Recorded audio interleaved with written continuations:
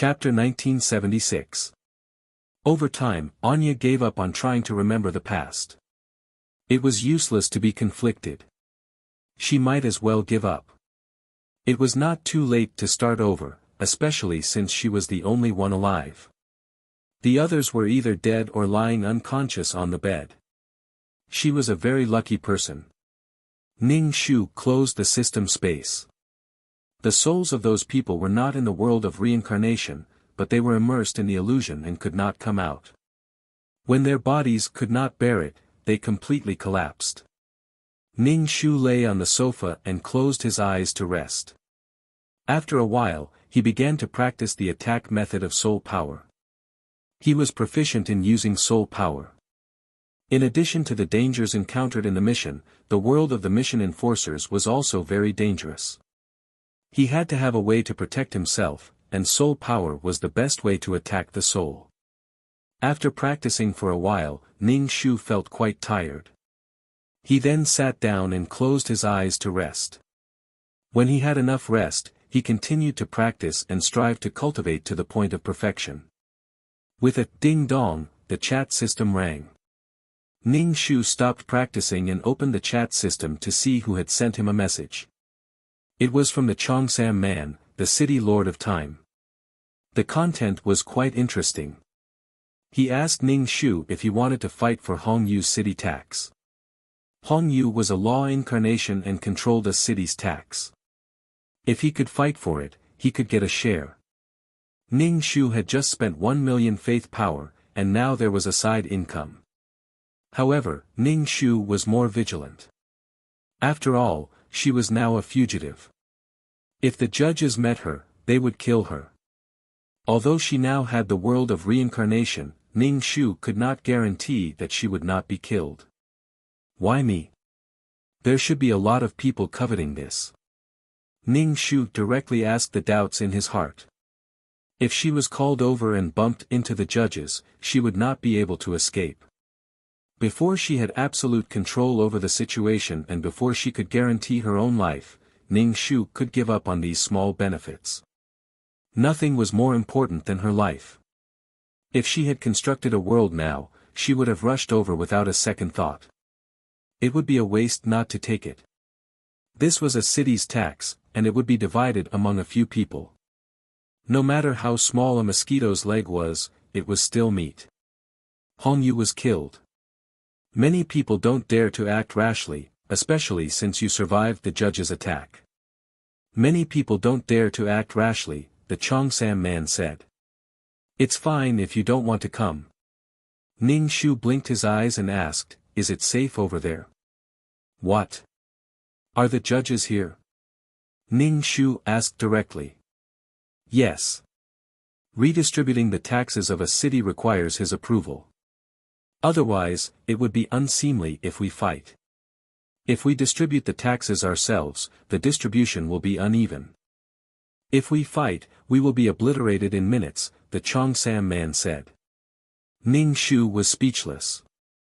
I don't want it, Ning Shu said resolutely. I don't want it. You really don't want it? The Chongsam man asked in surprise. You're afraid of being obliterated. Ning Shu was speechless. Why did he say that when he knew? Ning Shu said, no, I haven't settled the matters in my own city yet. I don't want to care about the matters in other cities. Trying to look impressive. The Chongsam man didn't force Ning Shu. He was just informing him out of friendship. If Ning Shu didn't go, it would give others a chance, and there would be one less competitor. No one would complain about having too many resources. Ning Shu turned off the chat system and patted his chest. Humans die for wealth and birds die for food. However, that little bit of food wasn't enough for Ning Shu to take the risk and be obliterated. She wouldn't do such a thing. You're too cowardly. Maybe they don't even care about you. You're just an ant. You ran away last time. If they see you again this time, they might not even recognize you, 2333 said. Ning Shu chuckled. Now that I'm considered a relatively strong ant, it's time for me to recognize you. When I see you, I'm reminded of the ant that escaped last time. To think that an ant escaped. How embarrassing. You'll definitely shoot me again. You're thinking too much. Don't use your level of thinking to measure the thoughts of people at another level. They won't deny an ant a place to live. 2333 said. Open your eyes. Oh, I still don't want to go. Ning Shu still didn't want to go. The difference was too big. There was no such thing as wealth in danger. If she had built a world, she would have gone without thinking. There was no need for 2333 to say that. I didn't ask you to go. 2333 said. Ning Shu continued to practice using the power of the soul. She turned the power of the soul into various tools that could cause damage to the enemy's soul. Ning Shu's heart was bubbling with joy. It wasn't easy to get to where she was today. She had the world of reincarnation. It was a world and space that belonged to her. It was a very, very big space. The heavens really took pity on her. She didn't add luck for nothing. After all, Mei Ziqing became a mission enforcer before her and entered the space of laws before her. However, she had the imprint of laws and the world of reincarnation. After practicing for a while, her soul was exhausted. Ning Shu stopped and looked at the fish in the pool. They looked like goldfish. They were colorful and swimming in the spiritual energy pool. The lotus was still blooming. She didn't know if it could bear lotus seeds. Something that could grow in spiritual energy must be good. Ning Shu saw the red roses in the vase on the tea table. The red roses were tender and beautiful. She took out the red roses, poured out the water in the vase, scooped some Reiki water from the pool, and then put the red roses in the vase. Ning Shu didn't know if it was an illusion. Under the nourishment of the spiritual energy, the roses were even more tender and beautiful. They had the fragrance of roses. There were roses and lotuses. Ning Shu suspected that her system space would become a garden. When she didn't practice soul attacks, Ning Shu kept practicing using the power of laws. She familiarized herself with the power of laws and discovered how to use the law of water. She was the embodiment of laws. She could use the laws with a thought. However, the extent of the use of laws depended on her understanding. The law of water had a myriad of changes. It was amazing. Ning Shu originally wanted to learn the law of time and space. However, she shouldn't bite off more than she could chew. She had to make good use of her own laws. Mastering one law didn't mean that she couldn't master another. However, the same law could only be suppressed when it met the embodiment of the law. For example, Ning Shu learned the law of space. However, she was beaten up by the embodiment of the law of space. However, when someone used the law of water in front of Ning Shu, the result was the same. This was the power of the embodiment of laws. However, different embodiments of laws depended on the strength of their respective laws. Chapter 1977. Ning Shu practiced the power of the soul attack and the use of the law. He kept going back and forth.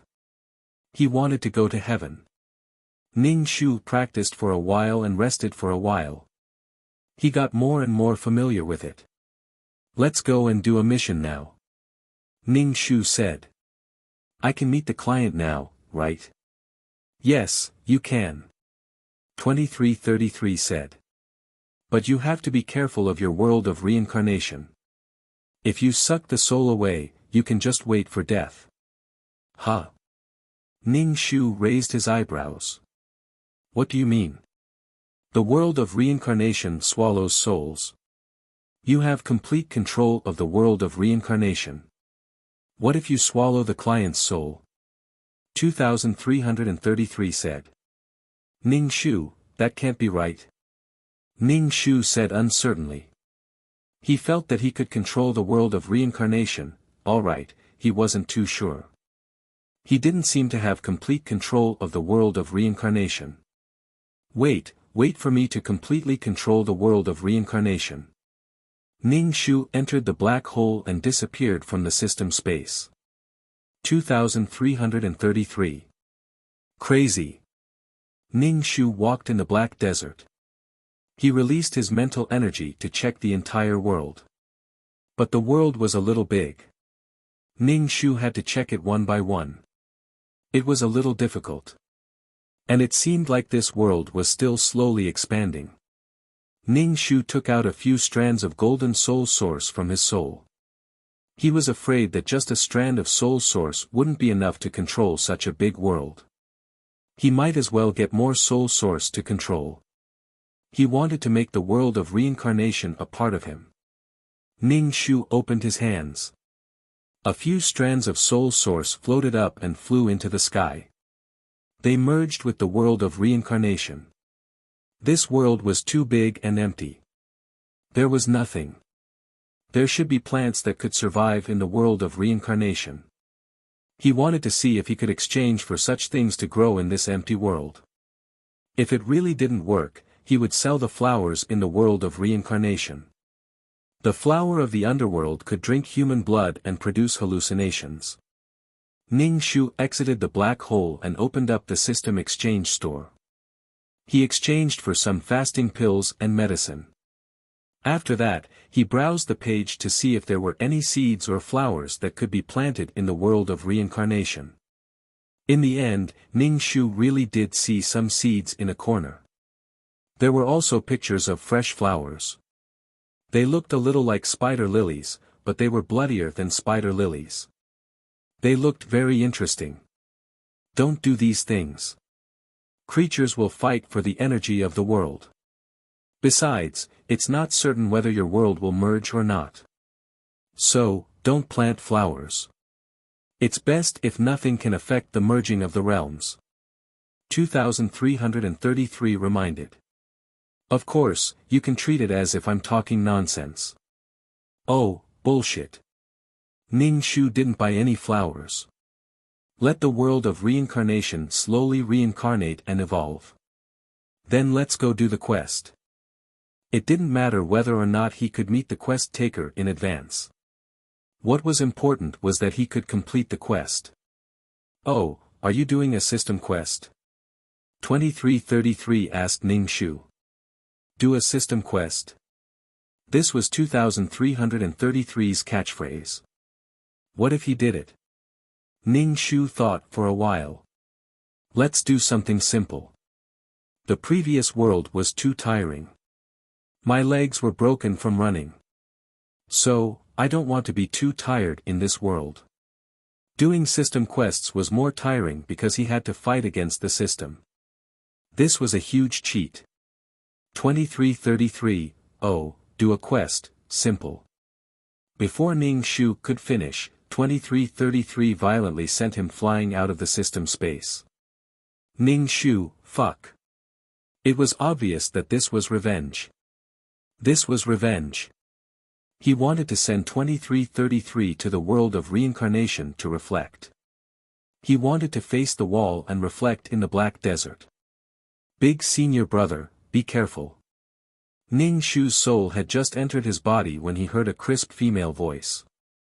Ning Shu opened his eyes and saw a snow-white sword piercing towards his face.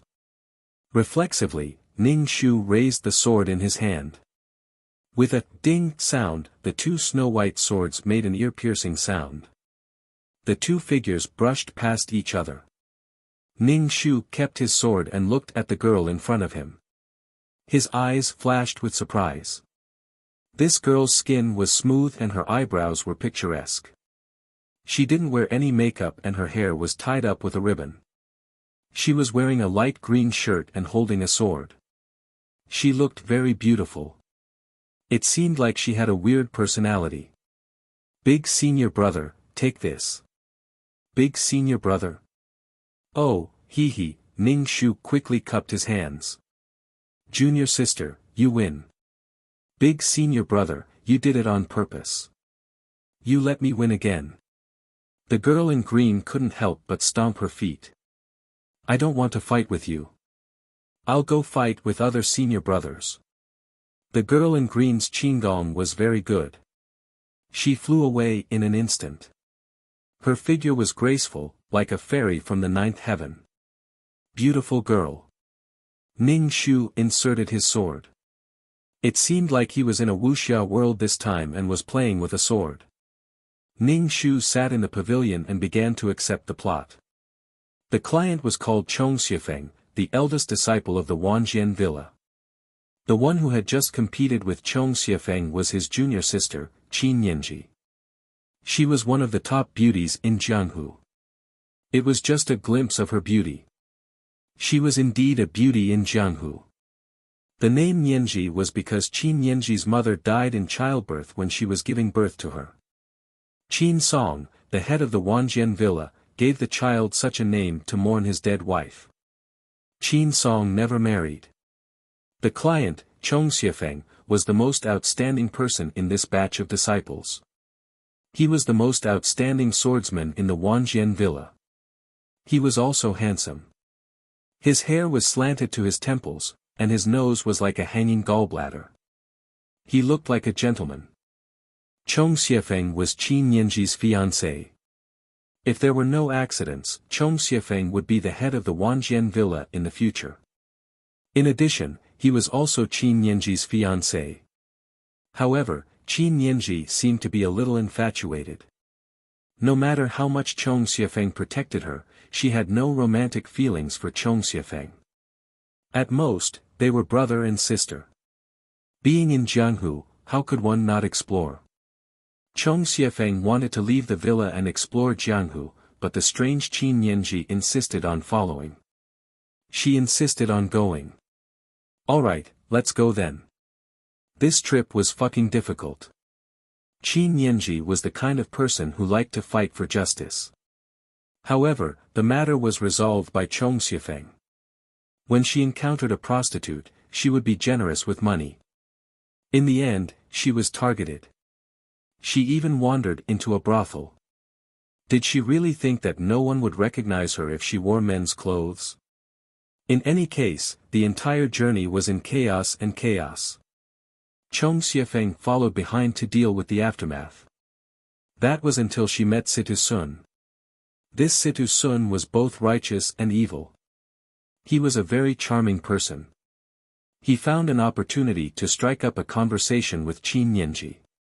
Qin Yanji was simple. The more she chatted with Situ Sun, the more they got along. She even dragged Chong Xiefeng into becoming sworn brothers with Situ Sun. It was fine if she was fooling around, but she also dragged Chong Xiefeng into it. Chong Xiefeng was going to inherit the Wanjian villa in the future. How could becoming sworn brothers be so casual? The Jianghu was a code of brotherhood. If something happened to the other party, they would help even if they had to climb a mountain of swords or plunge into a sea of fire. Otherwise, they would be disloyal. How could they survive in Jianghu? Chapter 1978. Qin Yanji didn't even know the background of the person she wanted to become sworn brothers with. Qin Yanji just thought this person was interesting. Giving him an ambiguous identity was too suspicious. Qin Yanji's father had asked Chong Xiefeng to leave the manor. He wanted Chong Xiefeng to wander the world and make a name for himself so that he could inherit the Wanjian manor in the future. Situ Sun followed them all the way and did all kinds of exciting things. He robbed the rich to help the poor and made fun of corrupt officials. Qin Yanji insisted on becoming sworn brothers with him and insisted on being the boss. Situ Sun agreed right away and called him boss, which made Qin Yanji feel comfortable all over. Chong Xiefeng felt a headache when faced with such a naughty Qin Yanji, but he was used to it. Chong Xiefeng was also wary of this man. When this man got closer to Qin Yanji, and Qin Yanji got closer to Situ Sun, Chong Xiefeng began to worry. Qin Yanji seemed to be his fiancé. Not to mention whether the man could accept her being so close to a man, but more importantly, Chong Xiefeng was afraid that Qin Yanji would be deceived by this man. Qin Yanji had always been ignorant about love. This man's attentiveness made Chong Xiefeng instinctively hostile and vigilant. He repeatedly asked Qin Yanji to go back to Wanjian Villa with him. But Qin Yanji always said that it was rare for her to come out, so she begged senior brother not to send her back so soon.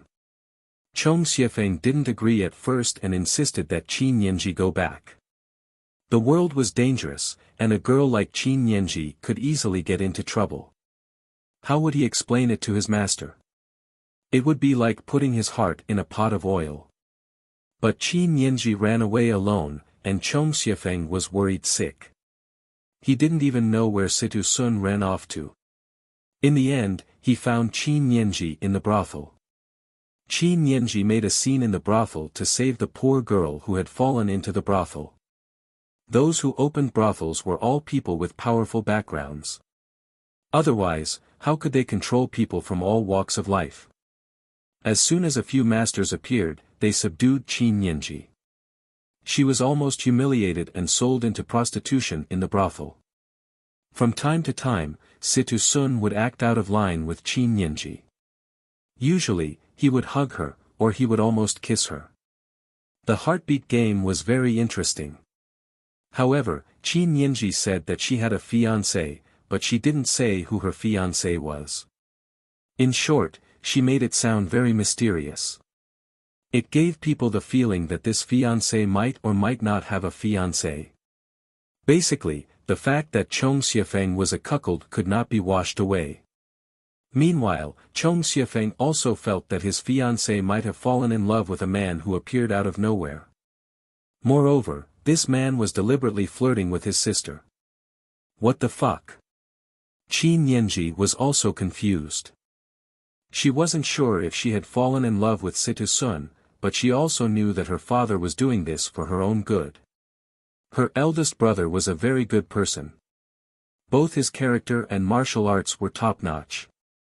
Moreover, they had grown up together. He had loved and spoiled her. Even if the sky fell, Qin Yanji knew that there was a tall figure in front of her, because this was her senior brother. However, Situ Sun gave her the feeling of excitement and freshness. It was the taste of love. It was that wonderful and irresistible heartbeat feeling. Qin Yanji hated herself. She felt that she was a greedy woman. Why did she hurt her eldest brother like this? Why was she so obsessed with Situ Sun?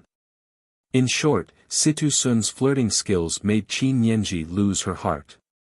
Perhaps Chong Xiefeng was not Qin Yanji's cup of tea. Chong Xiefeng was thunderstruck. What was going on? Chong Xiefeng and Situ Sun were fighting in private. No man could tolerate this kind of thing. The villa master, Qin Song, let Chong Xiefeng and Qin Yanji return to Wanjian Villa. Qin Yanji and Situ Sun separated. Qin Yanji wanted to give up this thought and be with her eldest brother. When Chong Xiefeng and Qin Yanji returned to Wanjian Villa, the villa master said that he wanted the two children to get married. The reason was that his body couldn't take it anymore. Ever since his wife had a difficult birth, Qin Song had been a little obsessed. These years, his martial arts had not improved at all. So he wanted Chong Xiefeng to marry his daughter. Qin Yanji felt like she had been struck by lightning. Although she had made up her mind to not be in contact with Situ Sun, she was still against marrying her eldest brother so suddenly. Qin Yanji was unwilling. She said that she did not want to get married, so she was directly locked up by her father. They would get married in 3 days, regardless of whether Qin Yanji agreed or not. Qin Yanji, who was locked up, was always thinking of ways to escape. Chong Xiefeng saw Qin Yanji like this and could only let her go. However, Chong Xiefeng's decision made the villa master furious. He directly locked her up, fed her poison, and suffered heart-wrenching pain. Ning Shu was speechless. Was this her own master? Qin Yanji, who was running halfway, thought of her youth with her eldest brother. The days when they held hands when they were young, and heard that her eldest brother was being tortured when she was young, so she ran back. Chong Xiefeng was pleasantly surprised. However, he had probably been tricked by his unreliable junior sister too many times. Chong Xiefeng asked again, "Do you really want to stay and marry me?" "Really, really, really." Important things had to be asked 3 times. Qin Yanji nodded affirmatively. Only then did Father Qin give the antidote to his prospective son-in-law. Sure enough, the son-in-law and the father-in-law did not see eye to eye and did not hesitate to poison each other. Chong Xiefeng might have met a fake father-in-law. Then the word "sheikh" was plastered everywhere. The bride even wore a phoenix coronet and robes. However, when it was time for the wedding ceremony, Qin Yanji saw the signal flare that Situ Sun sent her. This signal was only known to the 2 of them. So Qin Yanji hugged me and wanted to cut off all ties with Situ Sun. She went alone to find Situ Sun. She said that he was from the devil sect, and I was from a righteous sect. We can't be together, blah, blah. Situ Sun's real identity was the protector of the devil sect. In reality, he was the leader of the devil sect. One person played 2 roles.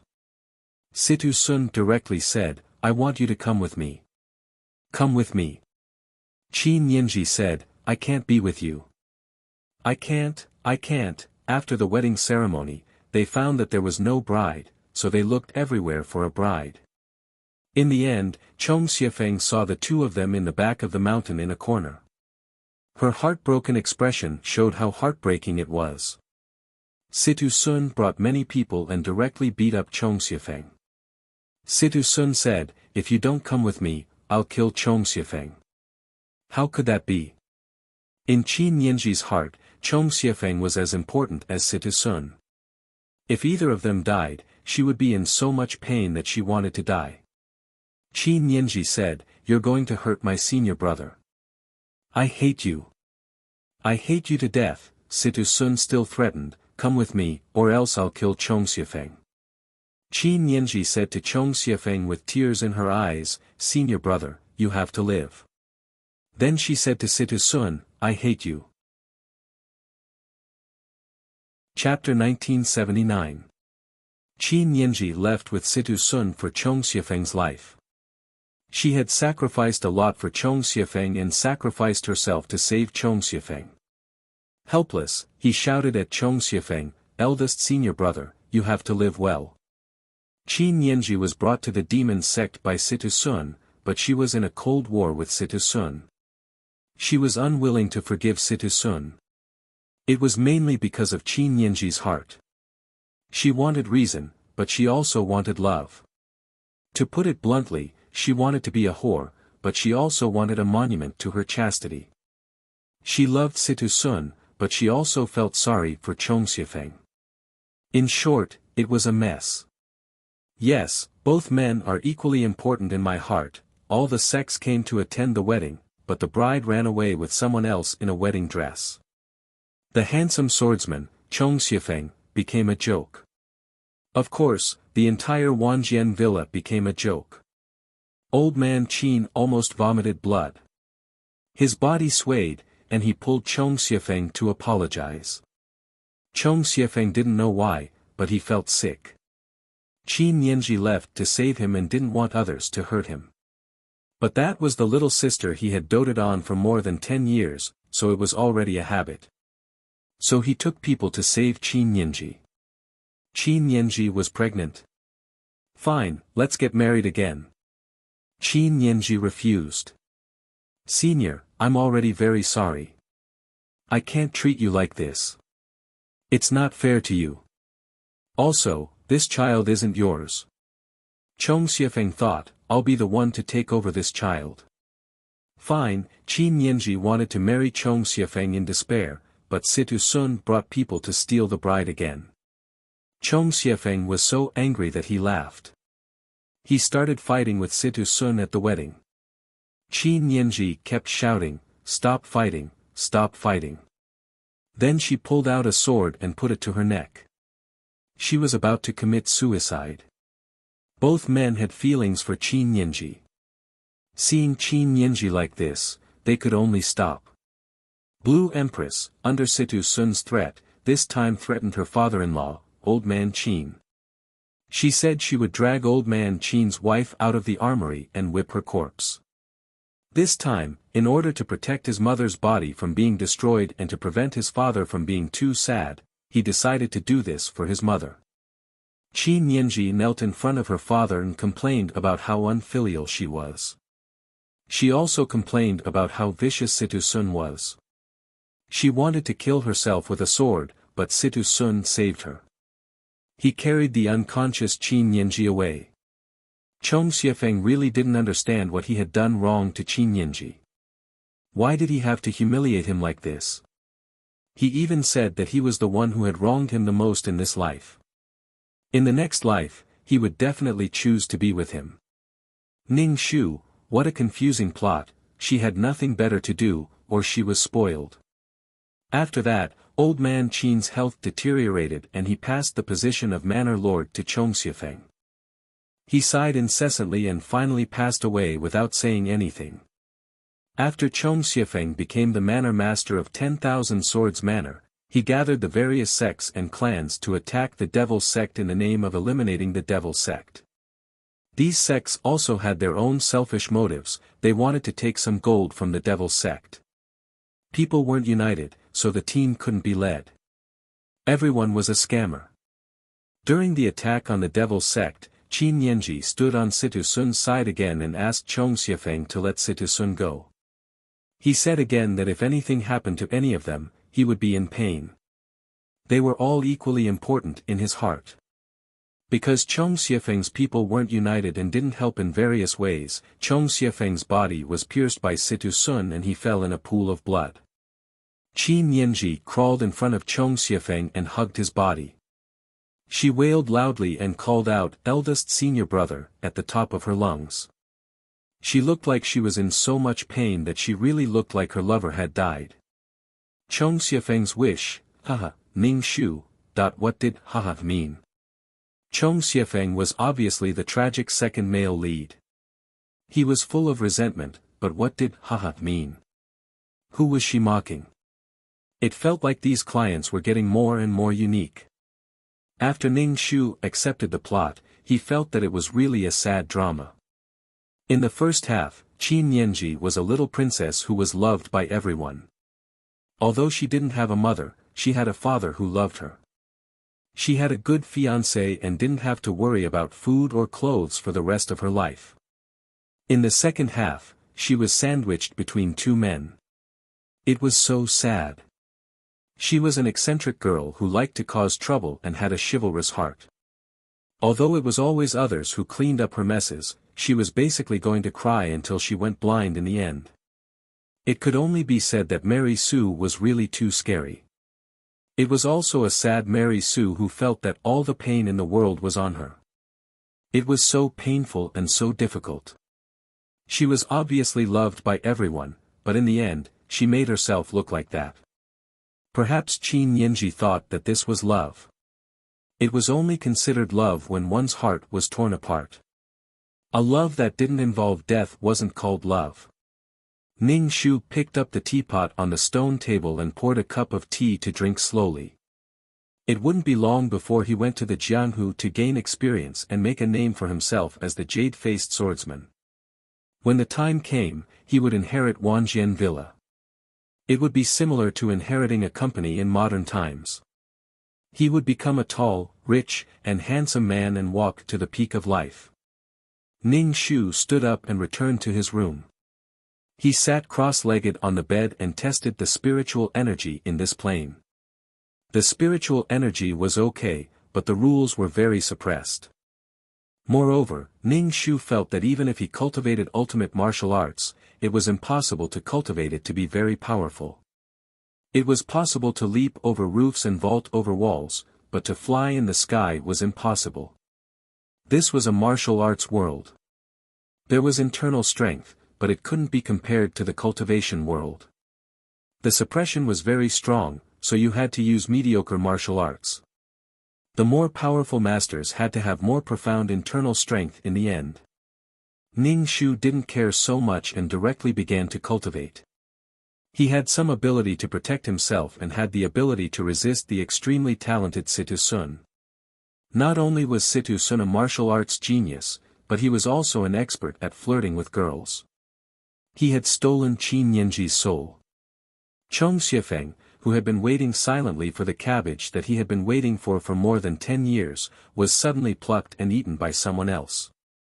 This feeling was really unbearable. Moreover, this fresh little cabbage was constantly being stabbed with knives. It couldn't be said that Qin Yanji was a white lotus. Perhaps she was really kind. To be precise, she was a woman like a magnolia. She had a faint fragrance, white and moving. The fragrance was enchanting, and her beauty was attractive. Don't blame me for being beautiful. After cultivating for a while, there was some spiritual energy in his energy center, but it wasn't much. Knock knock knock.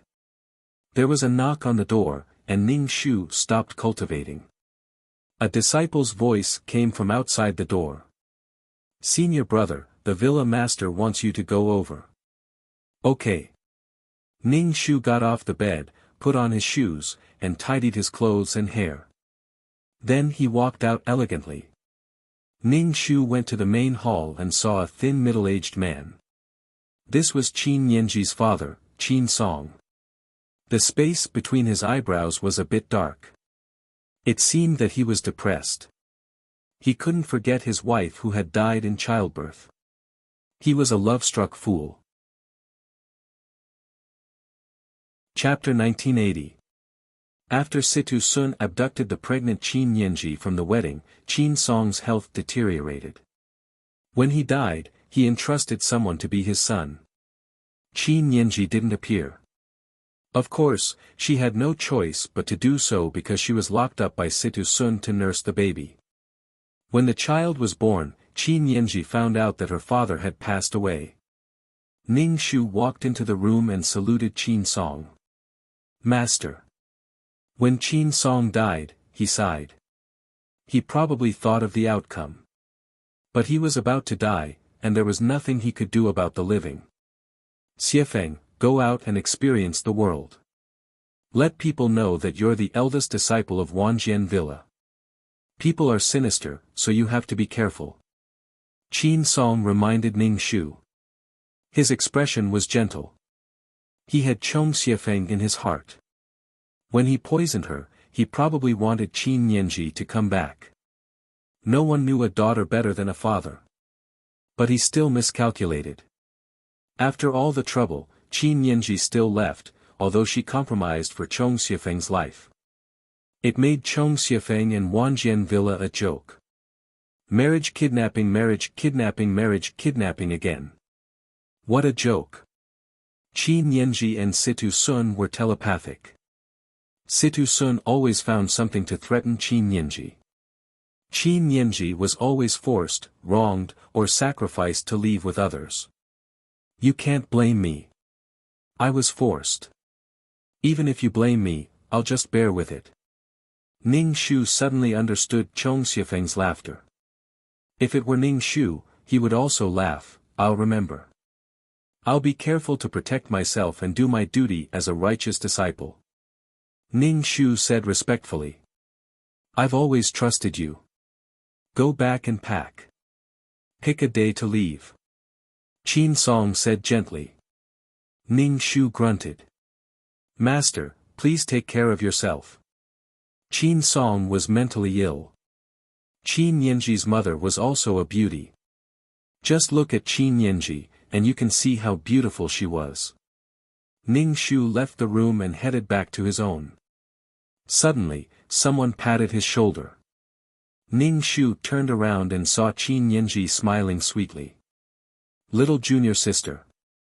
Ning Shu greeted her and walked towards his room without stopping. Qin Yanji strode forward. Her footsteps were light and graceful, like a beautiful butterfly dancing gracefully. Qin Yanji, who hadn't fallen into a bitter love drama, was still a playful and cute girl. When she fell in love, her style suddenly changed. She was all kinds of fragile and sad, like a resentful wife running between the two men. Ning Shu felt tired just thinking about it. He had a lot of time to live a carefree life, but he used it to do these things. Senior brother, are you going to travel the world? Can you take me with you? Qin Yanji begged Ning Shu. No, this is my training.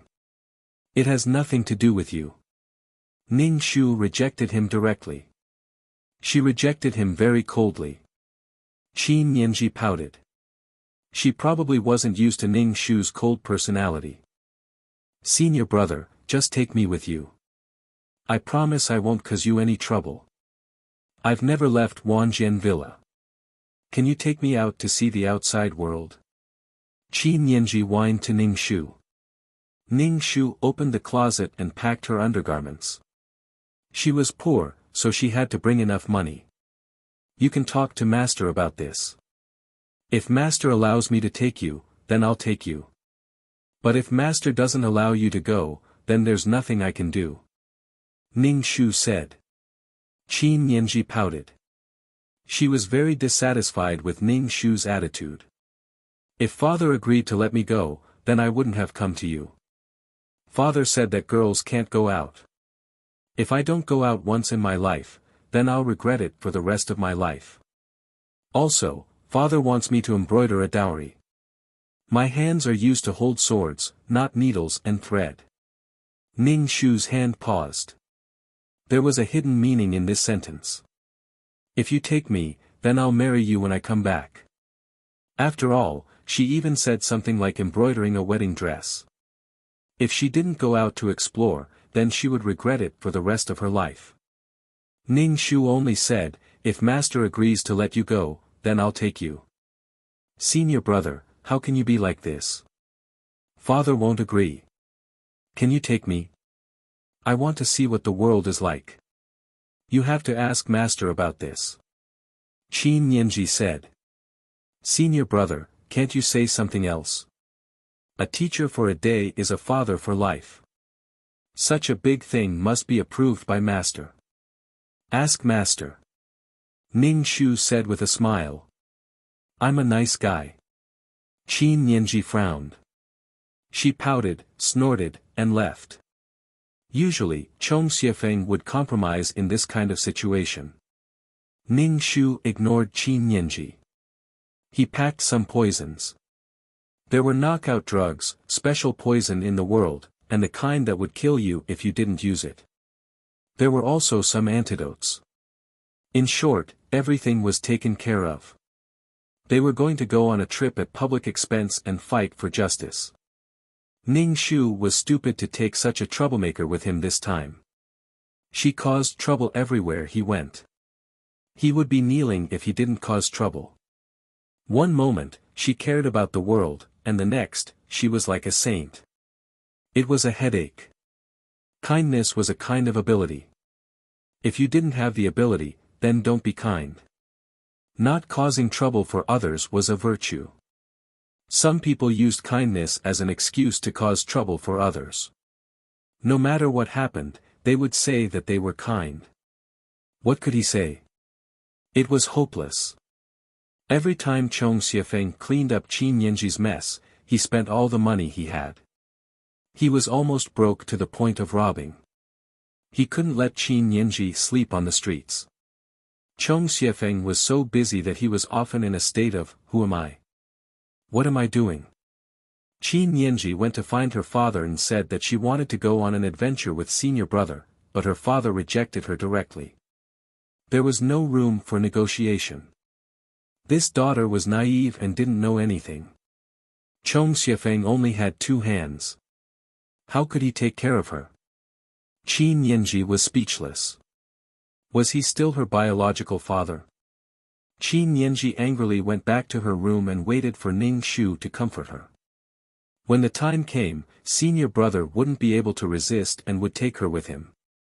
However, Qin Yanji waited and waited, but Ning Shu didn't come. Ning Shu carried a bag and a sword in one hand and left while it was dark. Qin Yanji looked at the empty room and was so angry that she almost cried. Her father was a big bad guy, and senior brother was also a big bad guy. Without senior brother, she could go on an adventure on her own. Her martial arts weren't bad either. Even if she couldn't win, she could run. Also, without senior brother controlling her, she had more freedom. Qi Nianji was over the moon. She immediately went back to her room to pack her things. She wore men's clothes, but her chest was still full. Her ears were pierced, she didn't have an Adam's apple, and she was short. As long as one wasn't blind, one could tell that she was a woman. How blind could one not see that men and women had different bone structures and mannerisms? Qi Nianji sneaked away and shouted, "I'm coming to the world of martial arts." Chapter 1981. Ning Shu set off from Wanjian Villa and rode away on his horse. He didn't care about Qi Nianji at all. He randomly chose a direction and planned to go to a more prosperous city. It would be a waste not to go on a public trip. As for Qi Nianji, Ning Shu felt that she would definitely wander around the world. Otherwise, how would she have met Situ Sun? Ning Shu thought that Situ Sun was a poisonous person. He seemed to have come for Qi Nianji. He bumped into Qi Nianji as soon as he got close to her and wanted to become sworn brothers. Ning Shu suspected that this guy had long been thinking about the client's fiancée. After all, Qi Nianji was a beauty on the Jianhu beauty list.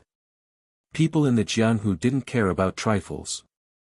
These beauties were all drawn on paper. It was also possible that Situ Sun had seen Qi Nianji.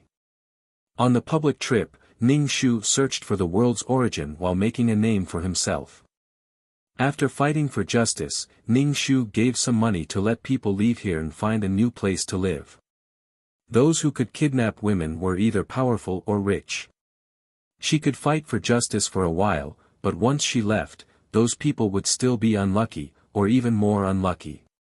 They would blame it on the people who were bullied. Fighting for justice and chasing away a few hooligans was called chivalrous. Then Ning Shu shamelessly gave himself the title of Jade-Face Chivalrous Lord. People in the Jianhu called him Jade-Face Chivalrous Lord. Sorry, I'm so good-looking. If he encountered someone who was sick and needed treatment, Ning Shu would help. This kind of treatment that didn't need to cause any trouble was something that Ning Shu was willing to do. At most, he would pay for some herbs. Sometimes, Ning Shu could treat some illnesses with silver needles. Ning Shu ate wherever he could. The ancient delicacies were also very good. He would enjoy them if he could. However, Ning Shu didn't find the world's origin. The water attribute, when would he find it? These things were really hard to find. She was rich, but these things really couldn't be bought with money. There weren't many things, but the task-takers who built the world needed them. Looking for them made him feel hopeless. Waiter, the best dishes. Ning Shu sat in a restaurant and heard a familiar voice. Ning Shu, she had clearly avoided the plot route and chose the opposite direction. Why did they still meet? Ning Shu was speechless when he saw Qi Nianji in men's clothes. It was a girl, and there was a man standing next to Qi Nianji. This man was a little flirtatious, but one could tell at a glance that he was a man. If the client walked the path of a gentleman, then Situ Sun walked the path of an evil man. Women were more seductive, yet full of masculinity. Male fox demons were more or less the same. This kind of person was indeed more popular than an honest and well-behaved person like the client. Women don't love bad men. She said that she hoped that her boyfriend would be a warm man who loved her and tolerated her. But when she met such a bad man, her heart couldn't stop beating.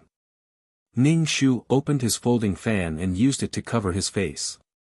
Situ Sun narrowed his phoenix eyes and looked at the entire restaurant. He saw Ning Shu sitting by the window. There's a seat over there.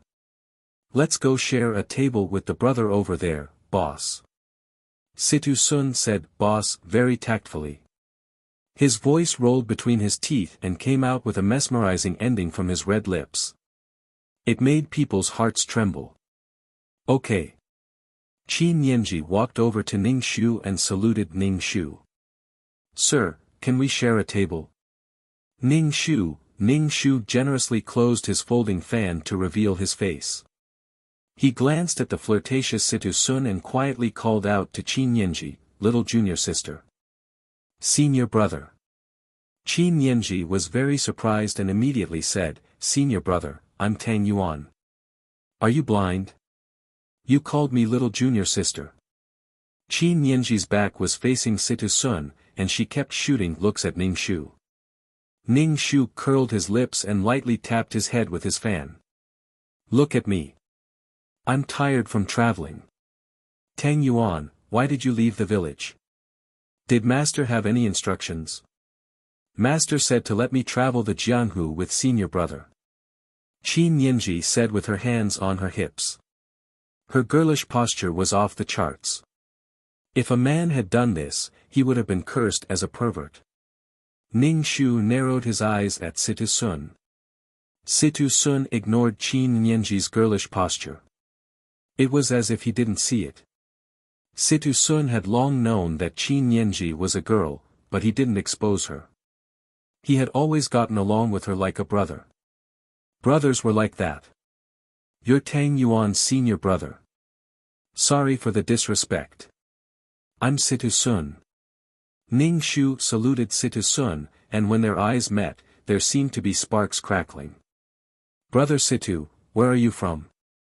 How do you know my little junior, brother? Ning Shu opened his folding fan with a swish and asked Situ Sun elegantly. Situ Sun narrowed his eyes. I was born into a wealthy family.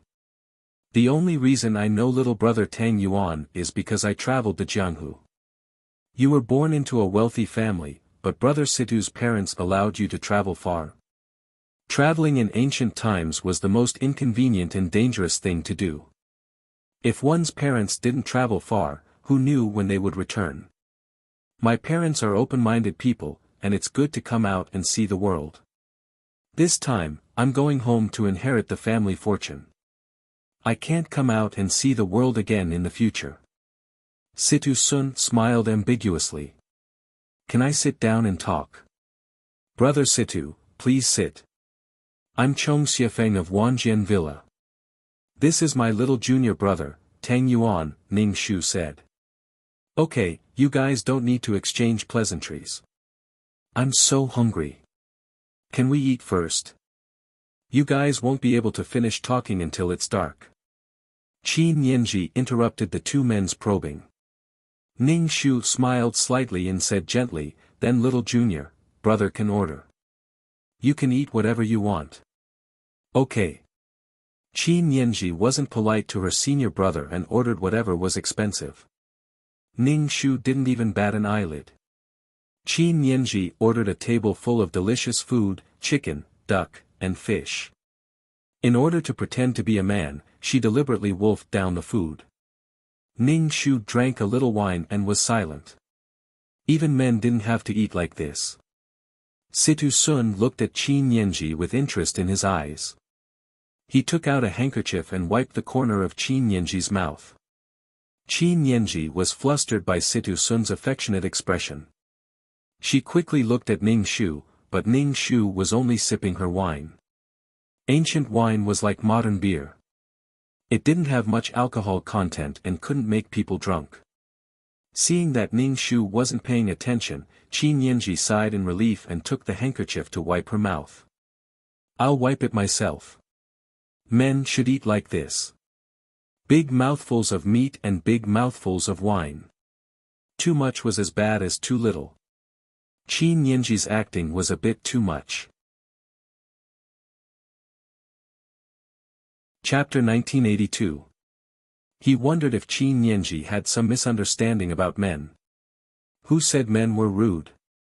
Was Chong Xiafeng a rude person when she was with her fiancé every day?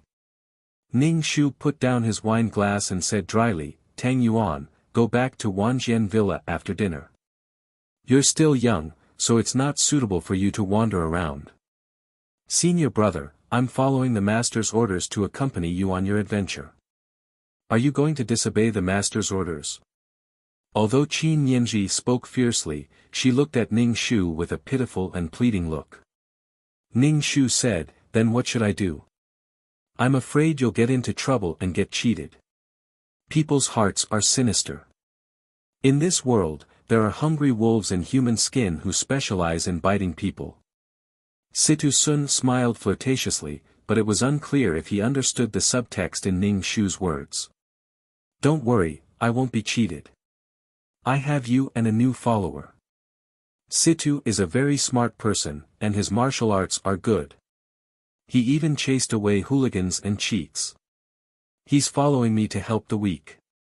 Qin Yanji looked at Ning Shu pitifully. If you want me to send you back, I won't talk to you anymore. She was acting like a little girl again. Ning Shu couldn't help but facepalm. As long as you're happy. Thank you, senior. I know you're the best. Qin Yanji suddenly smiled and said, Senior, let's become sworn brothers. I promise you, Situ is a very, very good person. Qin Yanji patted her chest and promised. I'm your senior. If we become sworn brothers, wouldn't I be the boss? That won't do. I want to be the boss. Qin Yanji quickly shook her head. She wanted to be the boss. She wanted to taste the breeze of being the boss. Usually, when she saw her senior in the villa, the other senior brothers were all respectful to him. He was very impressive, and Qin Yanji was very envious. Qin Yanji had the temperament of a child.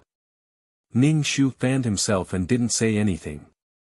Of course, they would be staying at the inn tonight.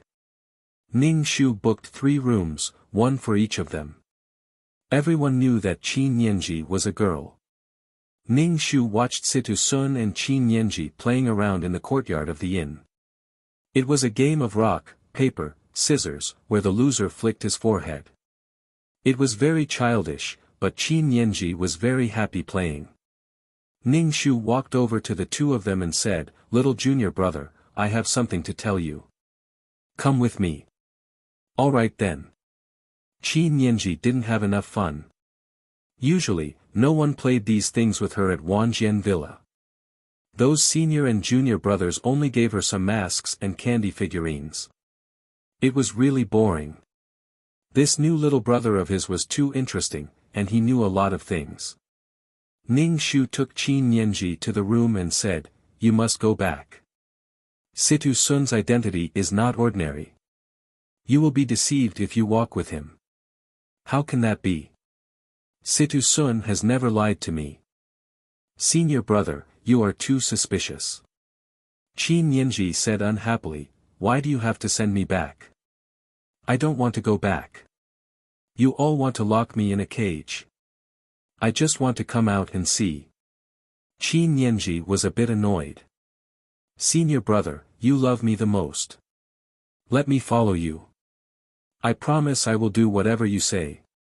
Ning Shu said expressionlessly, No one wants to lock you up. It is just that it is not suitable for you to have any contact with Situ Sun right now. Senior brother, it is my business who I want to be friends with. Are you trying to stop me because Situ Sun is a man? Qin Yanji looked at Ning Shu stubbornly. My relationship with him is just that of a boss and a little brother. As your fiancé, of course I know your temperament. But I don't trust Situ Sun. Otherwise, I won't be able to explain it to master. If something happened to Qin Yanji, there was no guarantee that Father Qin wouldn't take his anger out on her. She was going to inherit Wanjian Villa, become a tall, rich, and handsome person, and walk to the peak of life. She had done everything she could, but if Qin Yanji wanted to die, then she had no one to blame but herself. Situ Sun is a good person, Qin Yanji said with certainty. Qin Yanji said with certainty. He's really, really nice. He even gives money to beggars so that they can find a way to make a living, get married, and have children. Qin Yanji was trying hard to make Ning Shu accept Situ Sun. Ning Shu grinned and asked, How much money did he give? This beggar wanted to take advantage of me before and stole my purse. It was Situ Sun who helped me get it back. Don't you have martial arts? How did a beggar steal your purse? Was she disabled? Qin Yanji was a bit embarrassed. At first, I thought the beggar was pitiful and gave him some money. Then a lot of beggars surrounded me and my purse was stolen. Situ Sun helped me get my purse back and also gave the beggar 2 ingots of silver. He told him not to do such things and to be a good person, Qin Yinji said. Ning Shu's expression was a bit strange. Looking at Qin Yinji's expression, it seemed like she really thought Si Tian was a good person and that everyone in the world was good. There was no darkness, no evil, and no bad intentions. Ning Shu didn't know if that was good or bad. Ning Shu pinched his feet and calculated that this was a conspiracy. Situ Sun had obviously borrowed 2 ingots of silver to kill someone. If a beggar had so much money, other beggars would definitely covet it. Moreover, this much money was more than a beggar could earn in a lifetime. They definitely wouldn't let it go. When the time came, who knew what the outcome would be? No one would care if 2 beggars died. At most, they would be dragged to a mass grave and thrown away by the yamen runners. As for the silver, why would they give it to a beggar so easily? He even won the title of a good person in front of Qin Yinji. Ning Shu, I am so desperate. She really was a bad person. She thought everyone was a bad person. Qin Yinji thought everyone was a good person. I don't care what kind of person Situ Sun is, whether he is good or bad. You came out without Master's permission. Master must be very worried at Wanjian Villa. So you have to go back and not let Master worry. Time was peaceful, but she had to make a fuss. Send a letter back to Father and say that you will take me with you to gain experience. Is that okay? Senior brother, I beg you. Qin Yinji grabbed Ning Shu's sleeve and shook it like a little girl. Qin Yinji acting cute like this really made people's hearts tremble. No. Ning Shu's heart didn't waver as he rejected her. Senior brother. Qin Yinji paused. Seeing that Ning Shu had no intention of compromising, she immediately turned and ran out of the inn in anger. Ning Shu's spiritual power kept tracking Qin Yinji until she ran out of the range of his spiritual power. Ning Shu couldn't be bothered to care where she went. According to the plot, she should have gone to a brothel to rescue a pitiful woman who had fallen into the dust of prostitution. She beat up the madam and the slave.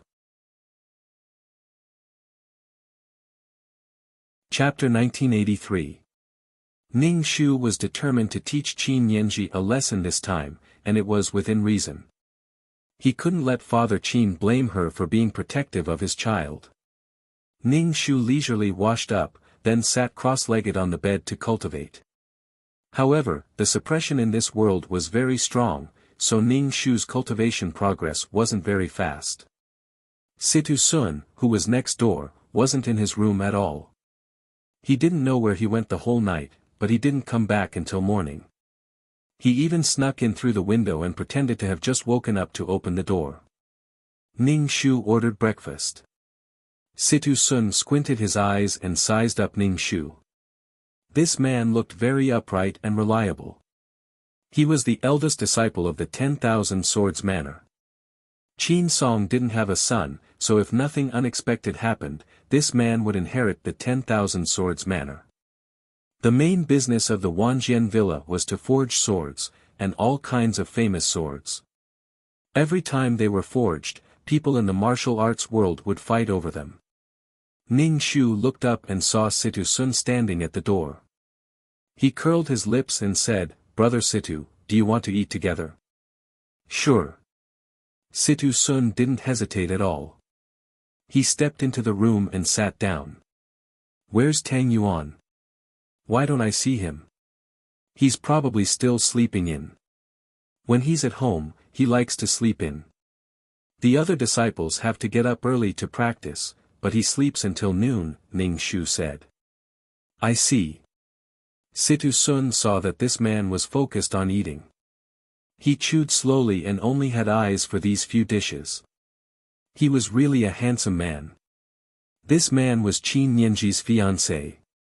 He was steady and reliable. No wonder Qin Song wanted to give the position to him. Brother Situ, aren't you going to eat? Ning Shu turned around and smiled. It's a bit strange for you to look at me like that. Ha! Situ Sun stood up. I'll go get my boss to eat.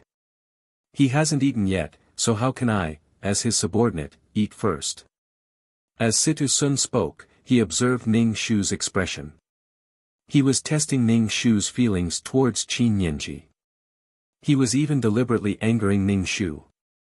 Ning Shu was just eating and casually said, "She can't be woken up. She has a bad temper when she wakes up.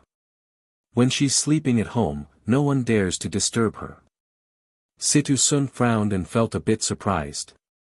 Was he not afraid that he would suddenly barge into Qin Yanji's room and find out that Qin Yanji was a woman?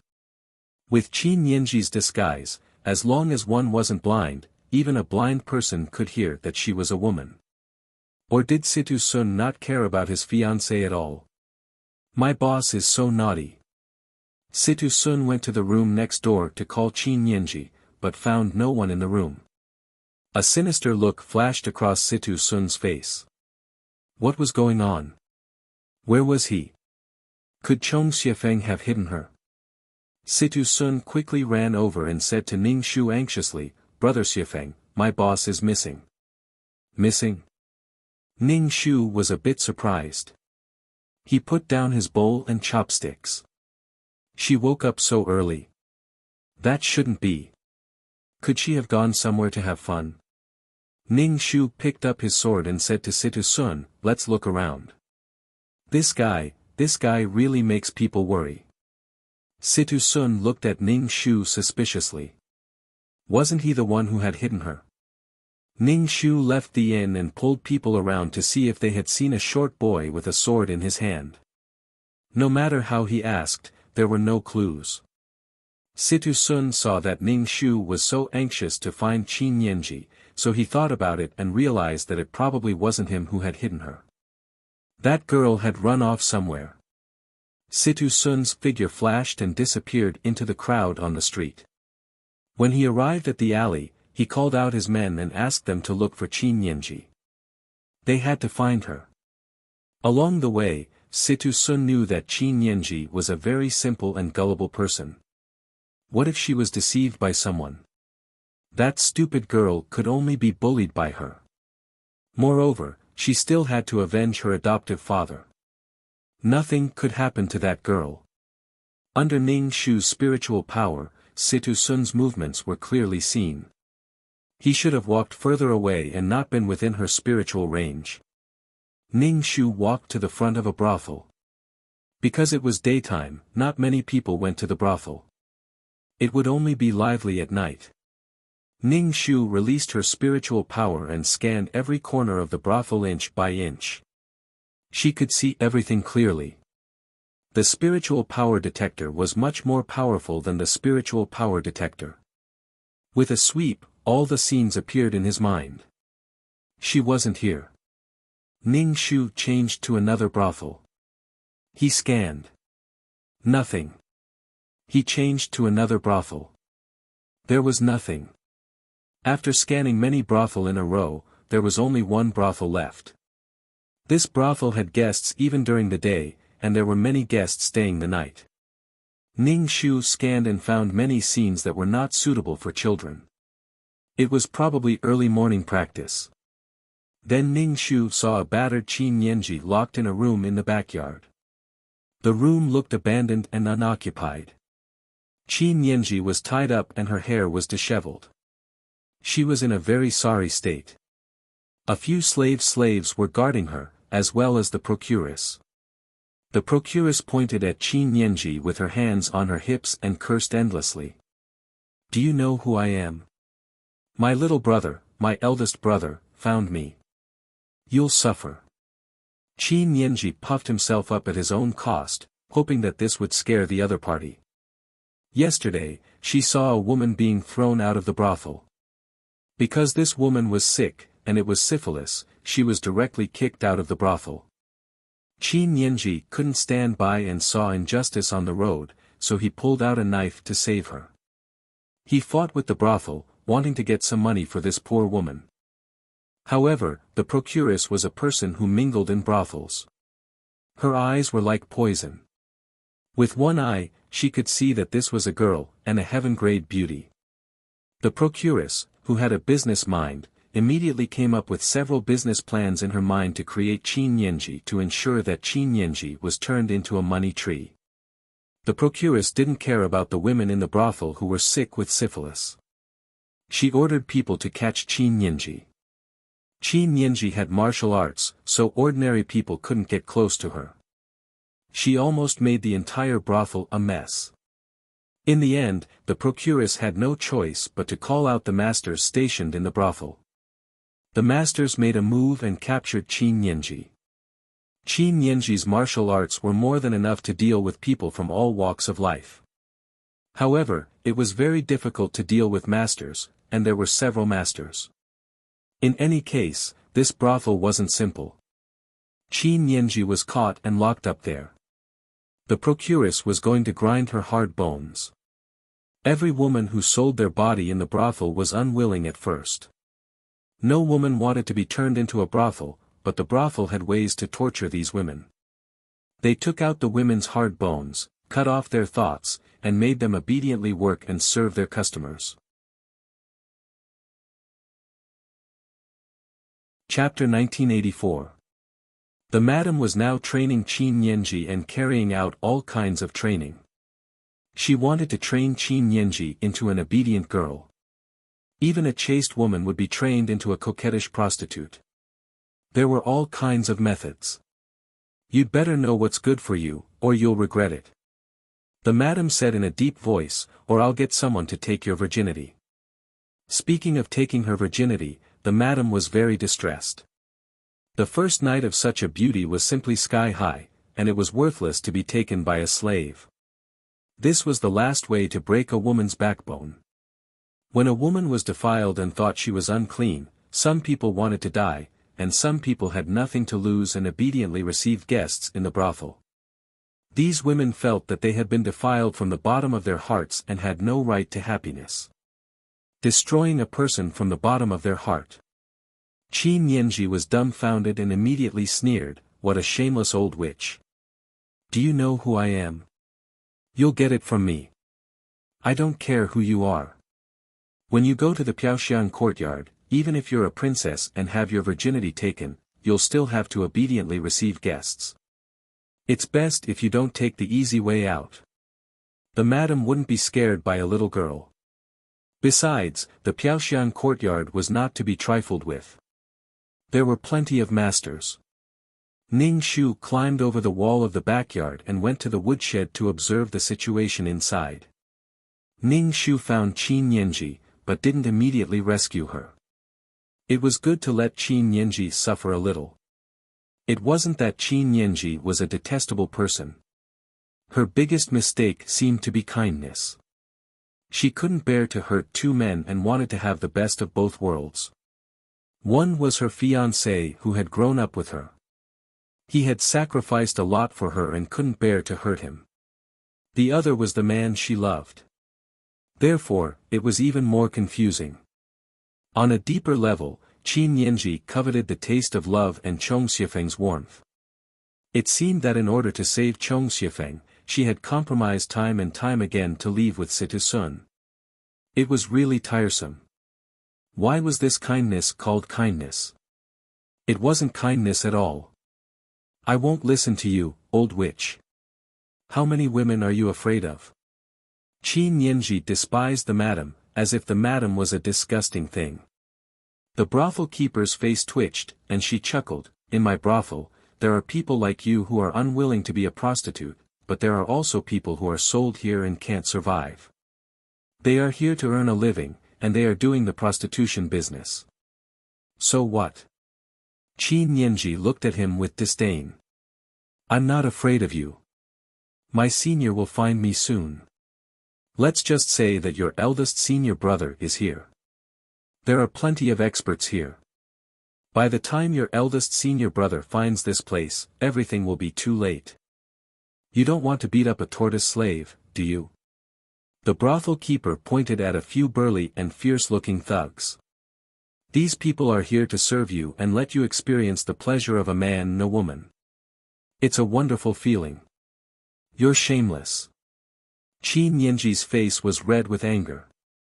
She didn't want to become a prostitute. You'll regret it. What's there to regret? I'll ask you again, do you agree or not? The brothel keeper asked. If it really doesn't work, I'll get someone to break your tendons and make you lie in bed to receive customers. Your face is enough anyway. Qin Yanji's face was pale, and she kept calling for her senior brother in her heart. If her tendons were broken, her martial arts would be crippled, and she would become a cripple who would have difficulty walking. Just thinking about it scared Qin Yanji. Do you want to become a beauty with all your limbs intact, or a cripple who eats, drinks, and pees in bed? Think about it carefully. The brothel keeper threatened Qin Yanji. Qin Yanji kept praying in her heart that someone would come quickly to save her. Senior brother, Situ Sun, save me. Ning Shu still stood there without moving. Qin Yanji was completely fine now. At most, she was frightened. The brothel keeper couldn't bear to leave a scar or blemish on a beauty's body. How could a defective product be sold at a good price? It was good to scare her a little more. If she wanted to become a naive child, she could only be raised in captivity and not be allowed to come into contact with the outside world. Otherwise, it would be a scene of chaos. If she wanted to travel outside, there were some things that she had to know. Ning Shu didn't understand why people tried to avoid and deny the darkness. There was black, white, and gray. Such naivety really made people feel helpless. Ning Shu leaned against the wall and used her spiritual power to pay attention to the situation in the room. She definitely couldn't let anyone really hurt Qin Yanji. If that happened, it would be her responsibility again. Father Qin would probably feed her a bottle of poison. Although Qin Yanji was afraid, out of her trust in her younger brother and senior brother, she felt that these two people would definitely find her. She had some faint hope in her heart. The brothel keeper pursed her lips and directly said to the thugs, break her body. At worst, she would make less money. Although she lost her virginity auction, she could remove this girl's spine. Qin Yanji was fed something like bone-softening powder and had no strength in her body. She saw a few burly and ugly thugs rubbing their hands and walking towards her. One by one, they looked at her with disgusted eyes. Qin Yanji had never experienced such a thing, and it was a few men against her. Qin Yanji was so scared that she cried, but her mouth was immediately covered. The men's hands were rough and rubbed the skin on her face until it hurt. There was also an unbearable stench of sweat on their hands. Several people touched her body and tore her clothes. The brothel keeper watched from the side with a sneer on the corner of her mouth. It made Qin Yanji feel so ashamed that she wanted to die. She was so scared and terrified that tears flowed out of the corners of Qin Yanji's eyes. She felt that she was inexplicably locked up here. The development of the situation was simply beyond her expectations. How could she have to be naked to such disgusting men now? Rip. Qin Yanji's clothes were violently torn apart by the thugs, revealing the peach-pink doo-doo underneath. It made the men's breaths quicken. Her skin was as white as snow, and she was as beautiful as a fairy. However, these thugs weren't in a hurry to make a move. They knew that the boss was scaring the woman, so they were familiar with this kind of thing. They tore Qin Yanji's clothes into pieces. Every time there was the sound of cloth being torn apart, Qin Yanji's body couldn't help but tremble, and the look of despair on her face deepened. Senior brother, Situ Sun, where are you? Save me. When they were about to take off Qin Yanji's pants, Qin Yanji's psychological defense completely collapsed. She looked at the brothel keeper standing to the side and began to cry. The brothel keeper ignored Qin Yanji's gaze. At a time like this, people still had hope. Only when all hope was completely extinguished would they be obedient. Rip. Qin Yanji's pants were torn apart by the thugs, and her face was distorted with fear. Chapter 1985. Qin Yanji, who was in the room, was so scared that she cried loudly. Her fear made Qin Yanji lose all hope. She hated the procuress and the disgusting thugs. She wanted to tear these people into pieces. Why did they treat her like this? Why didn't they come to save her? Even the oldest brother she trusted didn't come to save her. Why didn't they come to save her? If she lost her virginity, it wouldn't look good on the oldest brother. Would he stop caring about her because of that? Even if Qin Yanji was a gangster and didn't care about trifles, she valued her chastity very much. If she lost her virginity to such people, she wouldn't let them go even if she became a ghost. Feeling the coldness between her legs, her exposed skin shivered and goosebumps appeared one after another. These men's touch made Qin Yanji so disgusted that she wanted to vomit. Qin Yanji felt extremely wronged. Ning Shu, who was outside, didn't feel anything. Afraid of being discovered, he jumped onto the tree next to the room. The indecency in the room continued. 3 thugs took off their pants and unbuckled their belts. Their pants slid to the ground. Qin Yanji was forced to look at these people. Her eyes widened and then she desperately closed them. She probably saw something that hurt her eyes. These naked thugs approached Qin Yanji and rubbed against her body. Qin Yanji felt that these disgusting men actually stood up and were about to attack her. Qin Yanji was sandwiched in the middle by these men and was stripped naked. What a shocking thing this was. Qin Yanji was so embarrassed that she wanted to die. These men were walking around in front of her. The procuress watched from the side with a cold smile on her face as she looked at the struggling and terrified Qin Yanji. She was indifferent to such a scene. After all, the procuress was an experienced and knowledgeable woman. Many of the customers even had a heavy taste. This was nothing. However, Qin Yanji was an innocent child. She had never experienced such a thing. Not to mention Qin Yanji, even normal girls had never experienced such a thing. A few disgusting men were walking around naked in front of her. Disgusting, so disgusting that she wanted to explode. Qin Yanji's face was ashen. She wanted to bite her tongue and commit suicide. Why didn't anyone save her? Even when she was fighting for justice for a brothel girl, this girl didn't appear and didn't even think of saving her. Qin Yanji was angry and aggrieved. She was too ungrateful. She was trying to save people and uphold justice, but these people had let her down. She gave the beggar money, but the beggar took away her purse. She wanted to seek justice for a poor woman who was infected with syphilis, but she fell into this demon's den. But that woman didn't come to save her, nor did she plead with the brothel keeper. Qin Yanji felt defeated and resentful. Everyone hoped that they would be treated gently by the world and that their deep feelings would not be let down. Qin Yanji felt like she had been let down. The senior brother who loved her so much didn't appear at this moment. Also, why didn't the little brother she had just acknowledged appear? Qin Yanji wanted to bite her tongue, but she gave up after trying twice. One time, she bit the tip of her tongue, and it hurt a lot. Qin Yanji looked at the madam with pleading eyes, but the madam ignored him and wanted to add more fuel to the fire. The bouncer's hand caressed Qin Yanji's private area and even pinched a sensitive spot. It made Qin Yanji's body tremble. Her skin flushed red from anger. Qin Yanji was so ashamed and angry that she bit her tongue. Biting the tongue was very painful, and Qin Yanji almost fainted from the pain. However, biting the tongue wouldn't kill her, and Qin Yanji had been drugged with bone-softening powder. Her body was weak to begin with, so even if she bit her tongue, it wouldn't be too hard. Boss, she bit her tongue to commit suicide. The bouncer let go of Qin Yanji's hand, and blood gushed out from the corner of Qin Yanji's mouth. The madam frowned. This woman was really stubborn. The other bouncers scattered and didn't dare to touch Qin Yanji anymore. They covered their penis with both hands and stood to the side. Ning Shu narrowed his eyes and used his mental power to check Qin Yinji's injury. Her tongue was broken, and the bleeding was a little scary.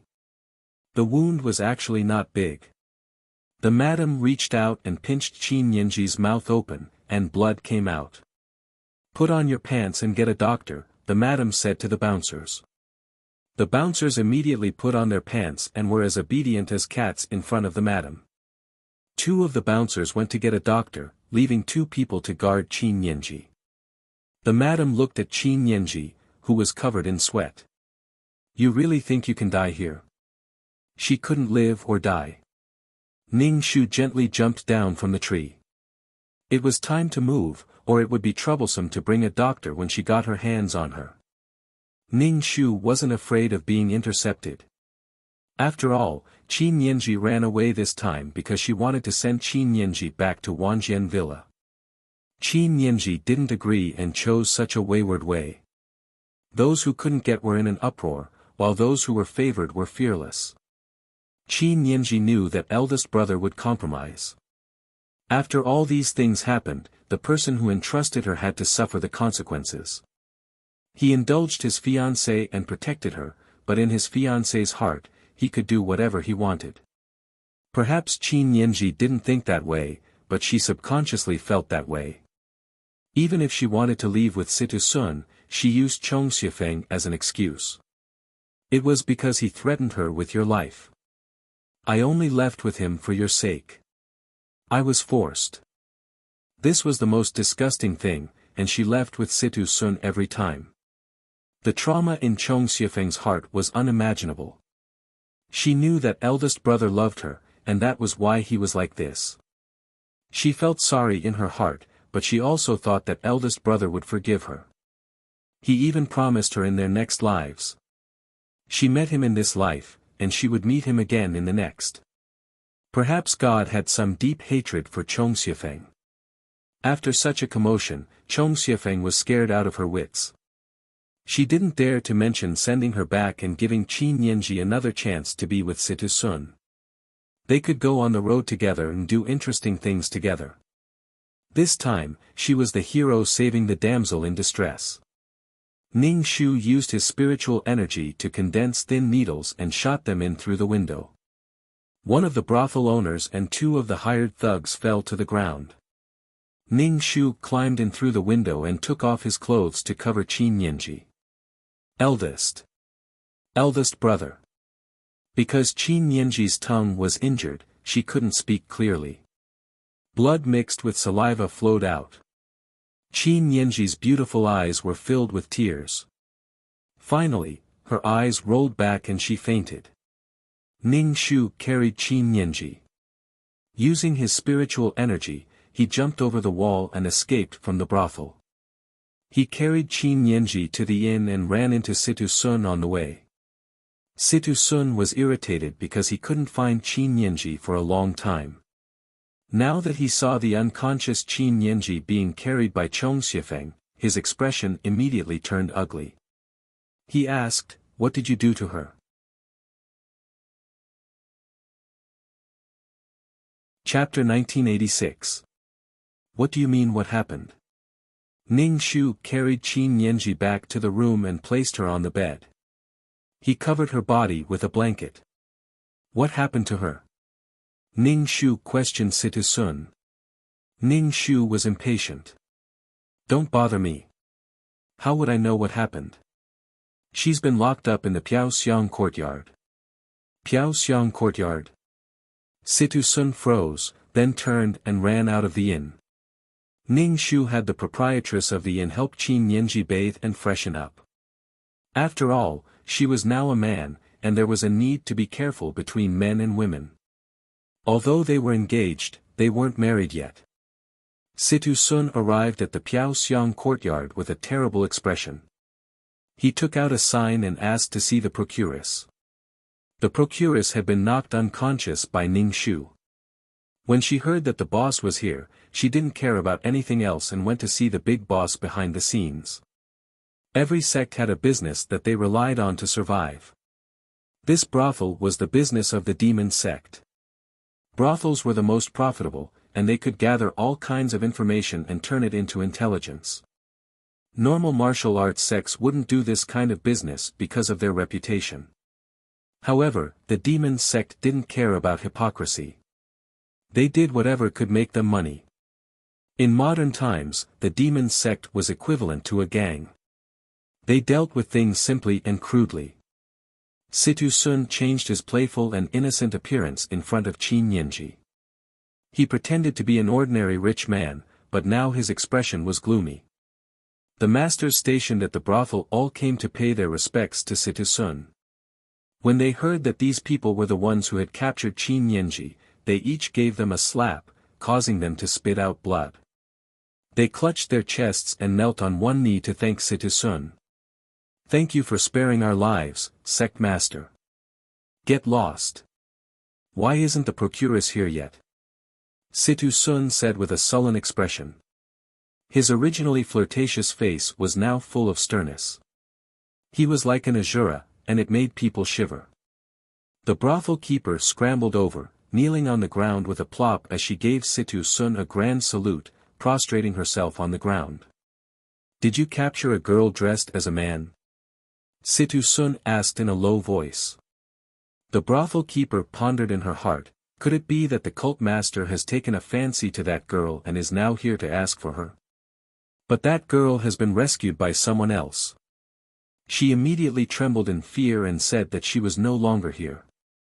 "Tell me the specifics of the matter." He mainly wanted to know if Qin Yinji had already been defiled by a man and lost her chastity. The brothel keeper did not dare to conceal anything and spilled everything out like beans. Cult master could crush her to death with just one finger.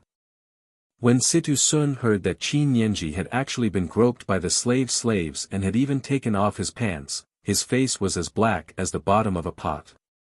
He was flustered and exasperated, so he directly ordered people to chop off the hands of the 4 slaves. He chopped them into minced meat and made them into meatballs for the 4 thugs to eat. Situ Sun thought of Qin Yinji as his woman. Seeing his woman being touched by such a man, Situ Sun was furious. He cut off the hands of the 4 slaves, pressed his hands on the head of the madam, and twisted her head off. Situ Sun threw the head of the procuress onto the ground and ordered his men to drag the corpse out to feed the dogs. When the brothel lost its procuress, the cult would send a new procuress over. After finishing these things, Situ Sun bathed and changed his clothes to wash off the smell of blood on his body. Then he returned to the inn. Ning Shu used a silver needle to prick Qin Yinji awake. When Qin Yinji woke up, she closed her eyes and screamed. She waved her arms and did not let anyone near her. Ning Shu watched silently by the bed. He was not going to eat a fist, nor was he going to shake Qin Yinji's shoulder.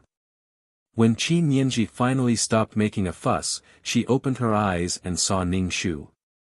She immediately burst into tears and threw herself into Ning Shu's arms.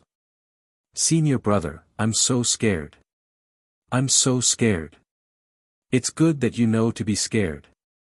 Ning Shu patted Qin Yinji's back. "What?" Qin Yinji looked up at Ning Shu with teary eyes. What did he mean by it was good that she knew to be scared? How could eldest senior brother be so cold? "I'm saying it's really scary." Ning Shu said, "Don't run around again next time. No matter what, you have to return to Wanjian Villa. Otherwise, this kind of thing will happen again." Qin Yinji was a bit hesitant. She still had lingering fears from what had happened before. Looking at Chong Xiufeng's handsome face, she couldn't bring herself to say that she was already dirty. Ning Shu said considerately, "Don't worry. I rushed to save you at the last moment." Qin Yinji was both embarrassed and relieved. She bit her lip and said angrily, "Eldest senior brother, did you kill those despicable people?" Qin Yinji trembled with anger at the thought of those dirty hands wandering around her body. Her stomach churned, and she felt like vomiting. Ning Shu only said, "At the time, I was focused on saving you. I didn't care about those people. They were doomed to destruction. Naturally, someone would take care of them." Those people hadn't provoked Ning Shu, so Ning Shu wouldn't do anything. Those people had bullied Qin Yanji, not her. Therefore, those people had nothing to do with her. Their existence was reasonable. Qin Yanji's hands were tangled together. Her fingers were twisted together, and her face was pale. Eldest senior brother, why? I was just saving people, Qin Yanji said to Ning Shu. Even if you want to help someone, you have to see what they need. That woman might have just been kicked out of the brothel. But after you caused such a scene, the brothel suffered losses. They will definitely vent their anger on you and that woman. Maybe that woman is already dead. Ning Shu said each word slowly. His voice was so low that it made Qin Yanji tremble. I'll take you back to Wanjian Villa. Ning Shu patted Qin Yanji's back. If something like this happens again, how can I explain it to Master? You were almost defiled by a group of hooligans. Don't say it, eldest senior brother. Don't tell Father about this. Father's health isn't good. Qin Yanji quickly reminded Ning Shu. Every time she thought about it, Qin Yanji wanted to skin herself alive. Moreover, someone had touched her sensitive place. Qin Yanji was ashamed and angry. She wanted nothing more than to chop those scumbags into pieces. How could there be such evil people in the world? Situ Sun came back and saw Qin Yanji leaning into Chong Xiefeng's arms in women's clothing. Qin Yanji was beautiful in women's clothing. Boss. Situ Sun immediately entered the room and looked at Qin Yanji suspiciously. Are you boss? Qin Yanji withdrew from Ning Shu's arms and said to Situ Sun, I'm not Tang Yuan. I'm Qin Yanji. Situ, I'm actually a woman. Oh, so you're a woman. But boss, you're so beautiful in women's clothing. Where have you been? Brother Xiefeng and I have been looking for you. Are you okay? Situ Sun looked Qin Yanji up and down. It's good that you're okay. Brother Xiefeng and I have been looking for you like crazy. Boss, don't run off alone next time. Chapter 1987. When Situ Sun found out that Qin Yanji was a girl, his face was full of disbelief. Then he looked like he couldn't believe that his boss was a girl. Ning Shu was speechless. Pretend, keep pretending. Start your performance.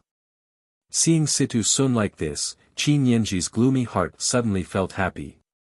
Seeing Situ Sun's shocked expression, Qin Yanji couldn't help but say, you really are an idiot. Situ Sun chuckled. Boss, you're not hurt, are you? No.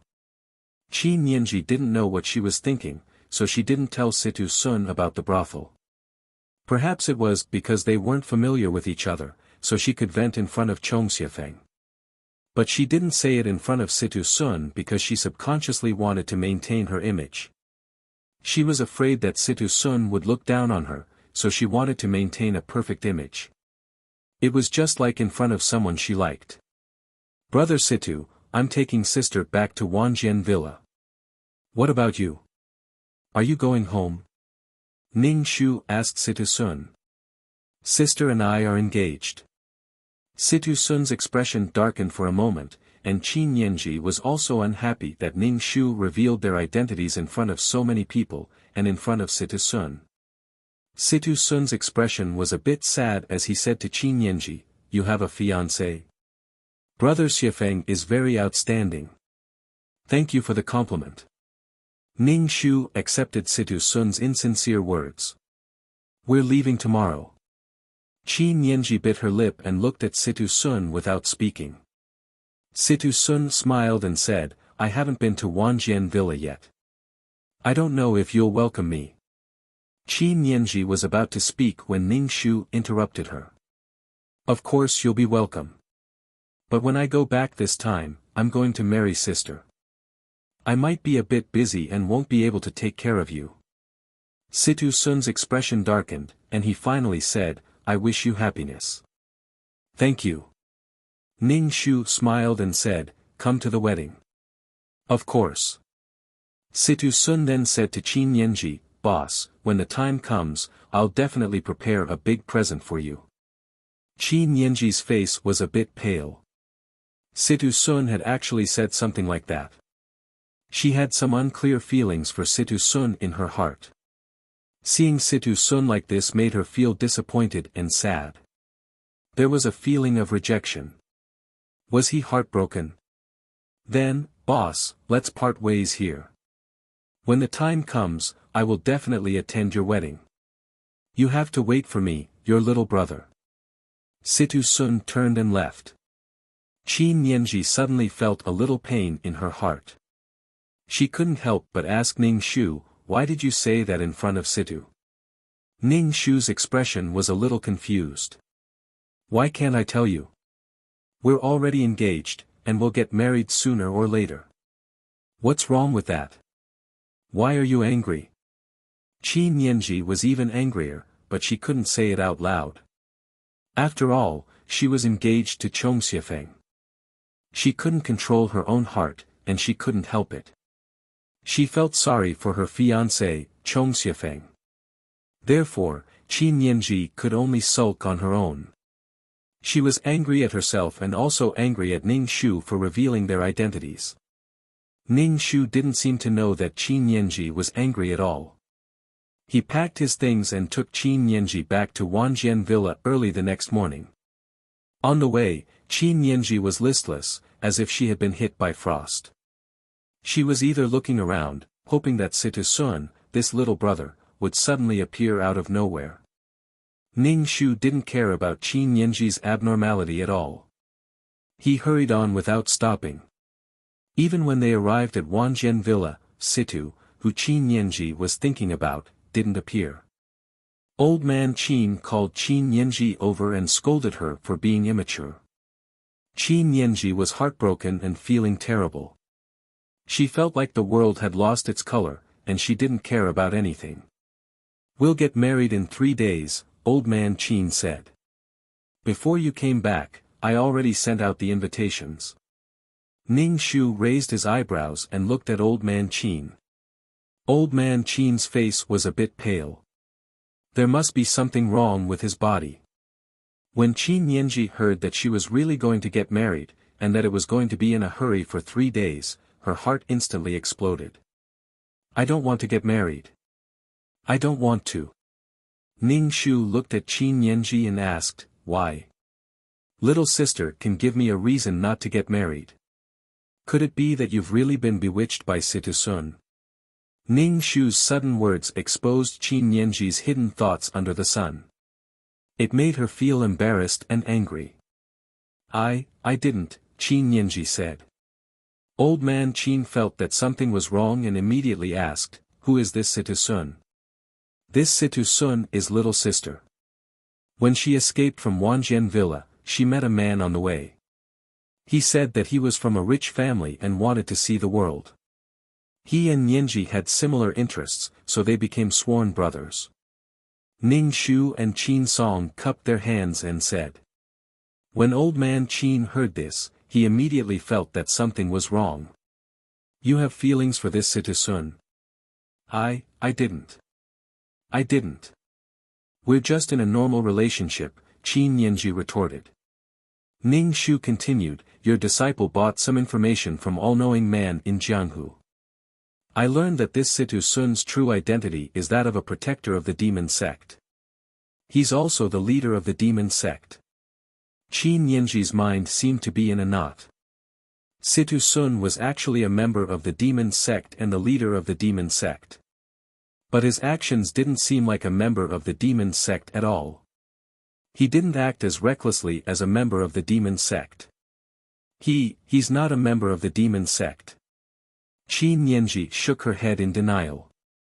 Old man Qin's face was a bit pale. He gripped the armrest of the chair so tightly that his knuckles turned white. He said in a low voice, from now on, you're not allowed to have any contact with members of the demon sect, especially Situ Sun. You. Qin Yanji's eyes were brimming with tears. She turned and ran out of the room, wiping her tears as she ran. Old man Qin stopped her and locked her in the room. The wedding was in 3 days. Old man Qin said to Ning Shu tiredly, Nianji is young and doesn't know any better. You have to teach her more in the future. Don't let her have any contact with members of the demon sect. Our Wanjian villa is a prestigious sect. We can't collude with the demon sect. Otherwise, we'll become the target of public criticism. Ning Shu nodded. Don't worry, master. Your disciple understands. Go and prepare. The wedding is in 3 days. Old man Qin waved his hand. Ning Shu cupped his hands and left the room. Ning Shu went to Qin Yanji's room. There were people guarding the door. Ning Shu was stopped. The villa master said that no one is allowed to enter. Let me in. I'll be out in a bit, Ning Shu said. The disciple guarding the door was a bit hesitant. After all, this was the future heir of the villa. I'll be out in a bit. I'll take responsibility if anything happens, Ning Shu said. The guard opened the door. Qin Yanji was sitting in the room with her back to Ning Shu. He knew she was angry just by looking at her back. Damn it. If anyone is angry, it should be me, okay?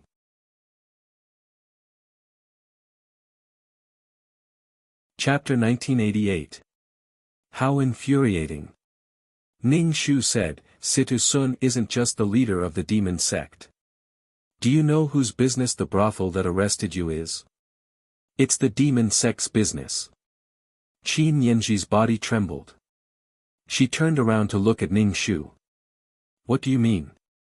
You mean Situ Sun ordered those people to arrest me and humiliate me like that? I didn't say this in front of Master because I didn't want Master to worry.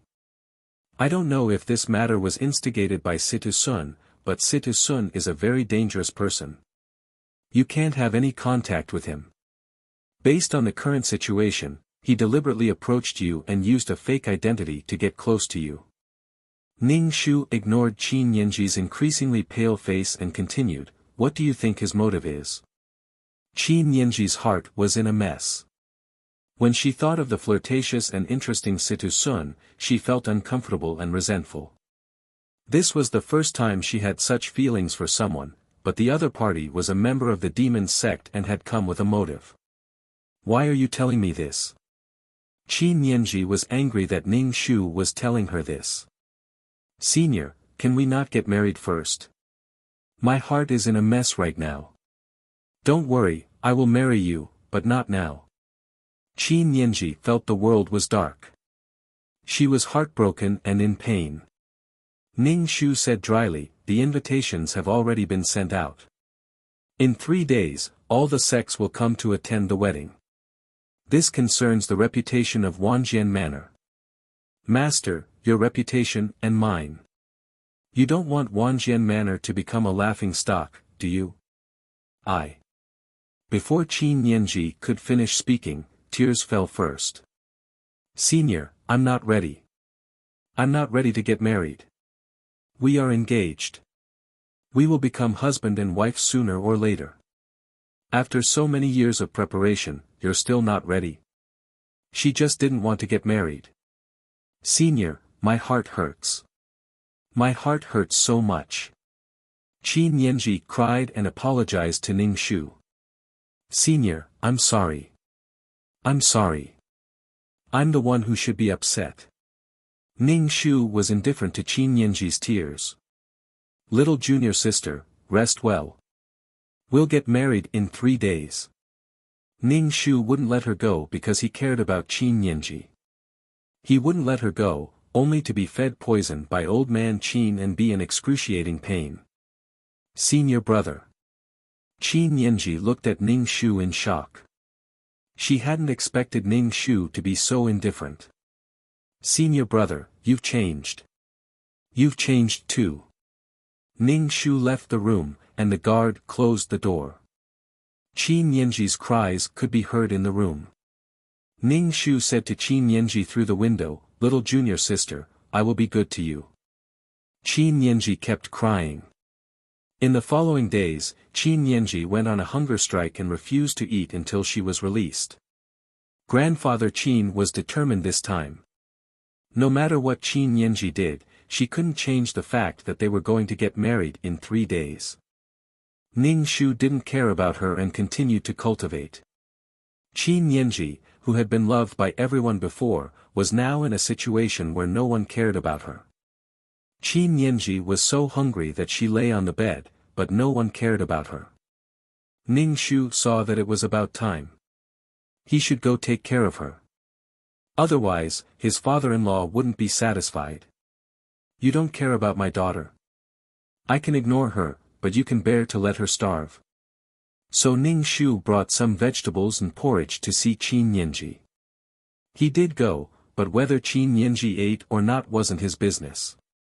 Of course, Ning Shu also ran to grandfather Qin and said, "Master, why don't we forget about the marriage? Little junior sister doesn't want to get married now. She's not even eating now. I feel bad seeing her like this." "No, now all the sects know that you're going to get married, so we can't forget about it. She's feeling bad now, but in the future, she'll know that I'm doing this for her own good. You're the man she can entrust her life to." Grandfather Qin shook his head and didn't intend to compromise at all. Ning Shu's face was full of helplessness. 3 days later, Qin Yanji was dressed in a wedding robe and was about to get married. Wanjian Villa was bustling with noise and excitement. All the sects and clans came to the wedding banquet with lavish gifts. Ning Shu received them at the door in a red robe, his face full of smiles. Seeing a signal flare go off in the direction of the back mountain, Ning Shu smiled and said to grandfather Qin, "Master, I'll go take a look somewhere else." "Okay, go." Grandfather Qin was also dressed very jubilantly today and had a smile on his face. Ning Shu went to the bride's room. As expected, Qin Yanji wasn't there. She had run to the back mountain of Wanjian Villa. Ning Shu chuckled and didn't say anything. He took his sword and went to the back mountain. In the original plot, Chong Xiefeng let Qin Yanji go and was drugged by grandfather Qin to force Qin Yanji to come back and get married. Chong Xiefeng's combat power was reduced by half, so she was defeated. Situ Sun used Chong Xiefeng's life to threaten Qin Yanji to leave with her. This time, it was still unknown who would win. In the forest, a woman in a wedding dress shouted angrily at a man, "You're from the demon sect. You lied to me." Situ Sun nodded. "I'm from the demon sect. I want you to leave with me now. I like you, so you're mine. Come with me." "No, I'm getting married, and you lied to me." Qin Yanji's heart was in a mess. She was happy to see Situ Sun, but she was also angry at being lied to. There was also the matter of the brothel. Qin Yanji wanted to ask but couldn't. Was it Situ Sun's orders? "Don't you like me? Do you dare say you don't have any feelings for me in your heart?" Situ Sun's face was full of confidence. He was certain that Qin Yanji loved him. This demon, where was his underling from before? The big bad wolf revealed his true colors. It made Qin Yanji feel very hopeless. She did have feelings for Situ Sun. "Then come with me." Situ Sun reached out to pull Qin Yanji, but Qin Yanji shook his hand off and took 2 steps back. "You liar, liar. Brother Situ, why didn't you take the proper path? Why did you come to this corner to see my wife?" Ning Shu walked out of the forest. He was wearing crimson clothes, and it made Ning Shu's face look like jade. Situ Sun saw Ning Shu appear and curled the corners of his mouth. "Brother Xiefeng, I'm here to take my wife, my lover." Situ Sun grabbed Qin Yanji's hand and lowered his head to kiss the back of it. He even looked at Qin Yanji with lingering eyes. It made Qin Yanji's heart thump like thunder. She was embarrassed and embarrassed. She wanted to shake off his hand, but he held on tightly. Ning Shu was speechless. Fuck, fuck, fuck, fuck. Ning Shu's expression grew cold. If you're here to attend the wedding banquet, then I welcome you. But if you're doing this, then you're going too far. Your wife isn't here. Only my wife is here, sect leader. Come with me, or I'll kill him. Situ Sun smiled wickedly and pointed at Ning Shu. No, I'm going to marry senior brother, and you're a liar. I don't want to see you again, Qin Yanji shouted directly. Situ Sun waved his hand, and many members of the demon sect appeared around them. Judging by their auras, they were all experts.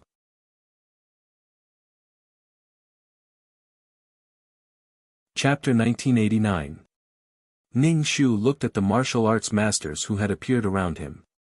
He grinned and said gracefully, "Don't you think you're being a bit arrogant in Wanjian Villa's territory?" "Of course, you can also let us go," Situ Sun said as he grabbed Qin Yanji's hand and refused to let go. Ning Shu saw that the world was green. Of course, he chose to forgive her. Ning Shu said, "Yanji is my wife. We will be wives who will spend the rest of our lives together. You can step aside." Situ Sun chuckled seductively. "Are you sure that this woman in a wedding dress loves you and that she has me in her heart?" Ning Shu smiled and said, "I don't care. She will be my wife from now on, and her body will be mine. We will share the same bed in life and the same cave in death, so it doesn't matter who she has in her heart. You get the heart, and I get the body. In terms of size, I'm bigger than you." Situ Sun was speechless. This man was crazy. He could actually tolerate this kind of thing. Situ Sun sneered, "I really pity you. You're so petty." "Yes, those who are loved are all ancestors. I'm used to it," Ning Shu said nonchalantly. "You can't imagine how good I am to my little sister." "Brother." Qin Yanji looked at Ning Shu with tears in her eyes. "Brother, I've let you down. It's okay. It wasn't the first time." Situ Sun saw that the situation was developing in a strange direction. He pulled Qin Yanji's arm hard and said in a low voice, "Come with me, or I'll have someone kill your dear brother." Qin Yanji bit her lip and said hatefully, "You're shameless. I can be even more shameless. I said that when you got married, I would give you a big gift. This is my big gift. You are the woman I have taken a fancy to. How can you marry someone else? So you must come with me obediently," the seductive Situ Sun said domineeringly. "I don't want to." Qin Yanji resisted Situ Sun. Was this still the Situ Sun she knew? This Situ Sun was an evil person. He was very dangerous. He was like a devil's snare from hell. He was beautiful, attractive, and full of fatal attraction. It made people want to throw themselves at him like moths to a flame. Even if they were burned by fire, even if they were smashed to pieces, even if they did not have a good ending, they would have no regrets. This was a demon. Qin Yanji tried her best to resist Situ Sun in her heart. She struggled in her heart and wanted to tear her heart in half. On one side was her fiancé, and today was their wedding day. On the other side was a man who would break her body and break her bones. He was a man who would not have a good ending. He was a man who could even predict a tragic ending. Qin Yanji's head was about to explode. She screamed at Situ Sun, "I don't want to go with you. You're a liar. There's nothing between us anymore." Situ Sun sneered, "You have to think this through. If you don't come with me, he will die, and your beloved senior brother will become a ghost under my sword. The wedding will become a funeral. What I want is for you to agree to come with me willingly." "What do you mean willingly? You're threatening me." Qin Yanji was extremely angry. Her bright eyes glistened with tears. "You dare to say that you don't love me and that you don't like me? If you say no, I'll immediately take my people and leave. Say it." Situ Sun looked at Qin Yanji with a devilish charm. Qin Yanji bit her lip. She did not deny or admit it. In fact, she was silently admitting it. See, you have me in your heart. Come with me, Situ Sun said. Even if I have any feelings for you, I'm going to get married now. I'm going to marry my senior brother who loves me. Senior brother will be my husband in the future. He is the most suitable person for me, and not you. From the beginning, you've been approaching me with ill intentions. Qin Yanji would not leave with Situ Sun. Ning Shu, the audience, was speechless. Why did you ignore my existence? Shouldn't the two love rivals be tearing each other apart at this time? How did it become these two people's home field? Ahem, it's time for the wedding ceremony. Leader Situ, please let go of my wife. We're going to perform the ceremony. Ning Shu said calmly. He did not become angry out of humiliation. He was calm and collected, as if he did not care about Situ Sun at all. Situ Sun chuckled. With a wave of his hand, the martial arts masters around them surrounded Ning Shu. They were prepared to attack Ning Shu as a group. Senior brother. Qin Yanji was a bit anxious. These people were obviously masters. How could senior brother fight them alone? Situ Sun, you're despicable. I am despicable. As long as you leave with me, I'll let him go. I'll let him know who is the one for you. How can such a weak person be with you? Situ Sun's tone was very disdainful. You're shameless. You're shameless. Qin Yanji was so angry that her body was trembling. Situ Sun gladly accepted Qin Yanji's praise for himself. He did not care at all how angry Qin Yanji was as long as Qin Yanji did not marry Chong Xiufeng. His woman had to belong to him completely. She could not be owned by another man. Ning Shu glanced at the masters surrounding him and pulled out his shiny sword. Go! The group of people attacked Ning Shu. They were going to fight one against many. They wanted to crush Ning Shu in terms of martial arts. Ning Shu tapped the ground with the tip of his foot and leaped up. Sword chi surged out and swept towards these people. He kicked them one by one and sent them flying. Who would want to exchange blows with you? Ning Shu flew in front of Situ Sun and Qin Yanji. He tapped the ground lightly with the tip of his foot and carried his sword on his back. He said to Qin Yanji, Junior sister, I've defeated them all. You don't need to compromise with him for me. You don't need to be threatened by him. All the abusive relationships were because they were not strong enough. Qin Yanji looked at the masters lying on the ground in shock. They were all clutching their chests and vomiting blood. He had defeated all these people in just a few rounds.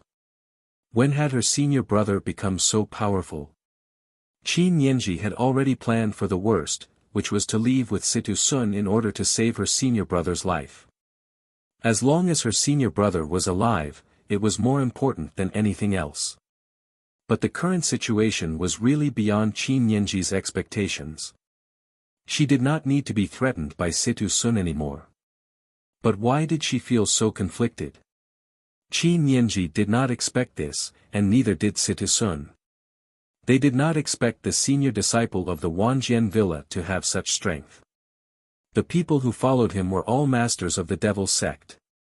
They did not expect these masters to be defeated. Ning Shu extended his hand to Qin Yanji. Junior sister, come here. Ning Shu smiled slightly. His red clothes were like fire, and he held a sharp sword in his hand. His eyes were like a painting, and his eyebrows flew into his hair.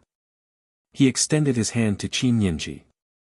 He was a handsome man who had walked out of a painting. Qin Yanji stared blankly at her senior brother like this. He was leisurely and lofty.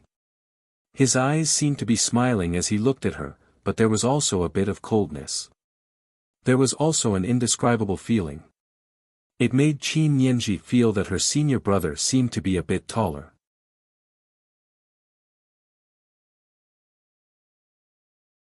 Chapter 1990.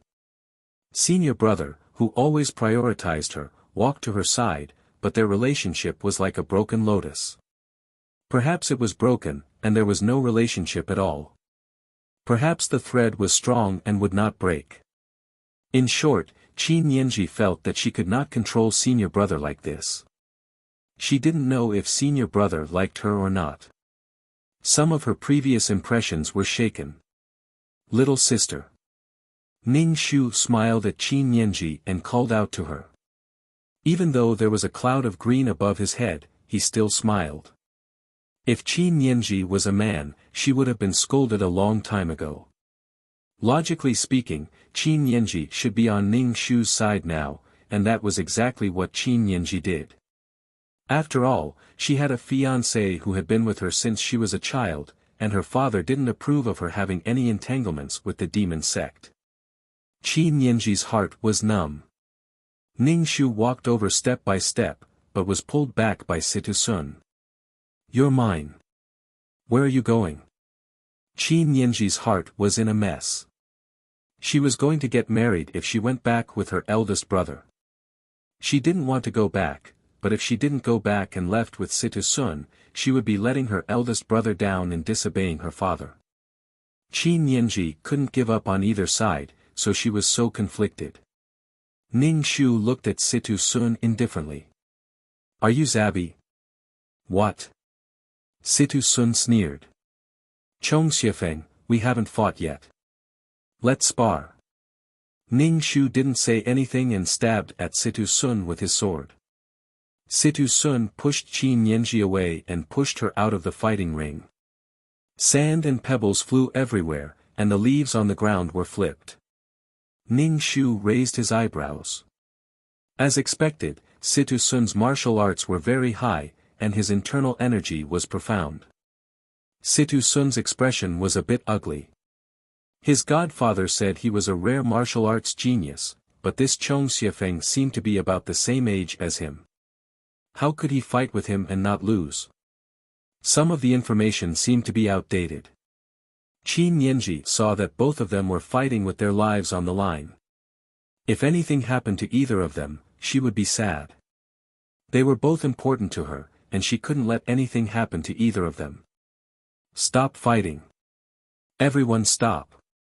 Stop. Qin Yanji shouted. Her voice was so loud that it broke the wind. However, the two of them simply ignored her. Ning Shu released a stream of energy to launch a sneak attack on Situ Sun. Situ Sun was struck, and for a moment, he panicked. Ning Shu raised his sword, and with a cold expression, he stabbed it toward Situ Sun's heart. Qin Yanji saw that Situ Sun was about to be killed and was shocked beyond words. Before she had time to think, she threw herself in front of Situ Sun. There was the sound of a sword piercing flesh.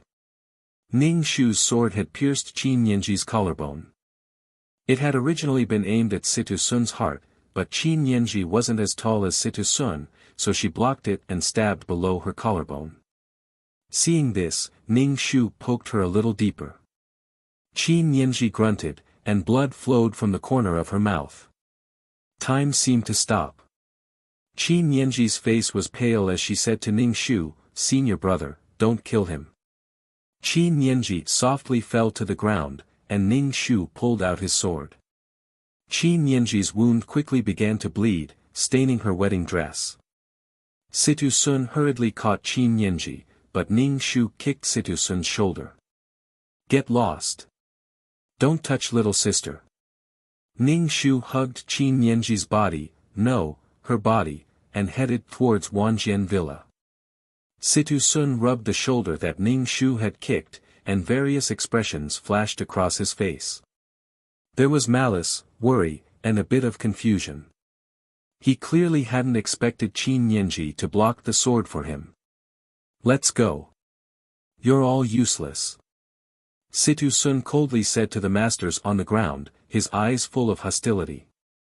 He stood on the mountain rock and stared at Wanjian Villa, then turned around and disappeared into the forest. This matter wouldn't end here. He would still be back. Ning Shu carried Qin Yanji back to Wanjian Villa and put her on the bed. He quickly went to find the Wanjian Villa's old doctor. This was one of the more famous miracle doctors in the Jianghu. He was now a guest at Wanjian Villa. If anyone in the villa fell ill, they would go to the old doctor. Then Ning Shu went to find Old Man Qin. Old Man Qin was greeting guests with a smile. Seeing Ning Shu's anxious expression, he cupped his hands. Ning Shu walked over and asked, "What happened?" "Something happened to little sister. She's injured, so she might not be able to go through the wedding ceremony," Ning Shu said quietly. "This is all my fault." Old Man Qin's heart skipped a beat. As he quickly walked to Qin Yanji's room, Ning Shu scolded, "What on earth happened? How could something like this happen at such an important time? All the clans and sects came to the wedding banquet. What are we going to do now? How did Nianji get injured? Shouldn't she be in the bridal chamber?" Ning Shu concisely explained the situation clearly, then said, "At the time, I discovered that little sister was missing. In order to prevent anything from happening and cause gossip to spread and make Wanjian Villa a laughingstock, I went alone. The others didn't know that little sister was injured. We can tell everyone that little sister suddenly fell ill, and the wedding was postponed. This is all my fault. I stabbed little sister." Ning Shu apologized sincerely. As soon as Old Man Qin heard this, the veins on his forehead were about to explode. When he heard that Qin Yanji had blocked the attack for Situ Sun, he sighed heavily. "It's not your fault, Xiafeng. You did well. Your disciple was worried about little sister's reputation. Little sister was only temporarily bewitched by Situ Sun. Little sister is innocent, so it's inevitable that she would be attracted to interesting and dangerous things," Ning Shu said. Old Man Qin narrowed his eyes at Ning Shu. "How did you defeat so many masters?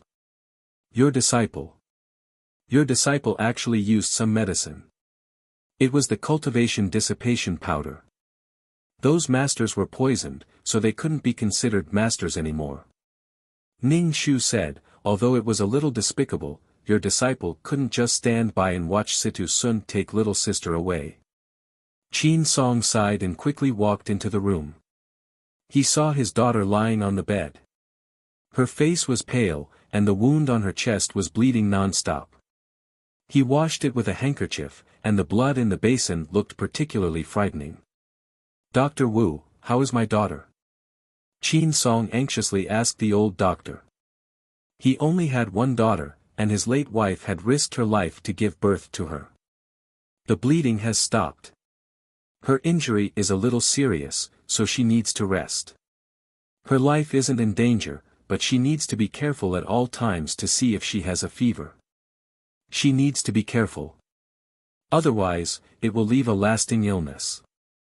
The old doctor said, "I will do my best to not leave a lasting illness." Ning Shu was shocked.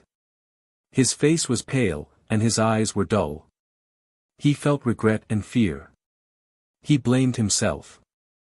"It's all my fault. I hurt little sister."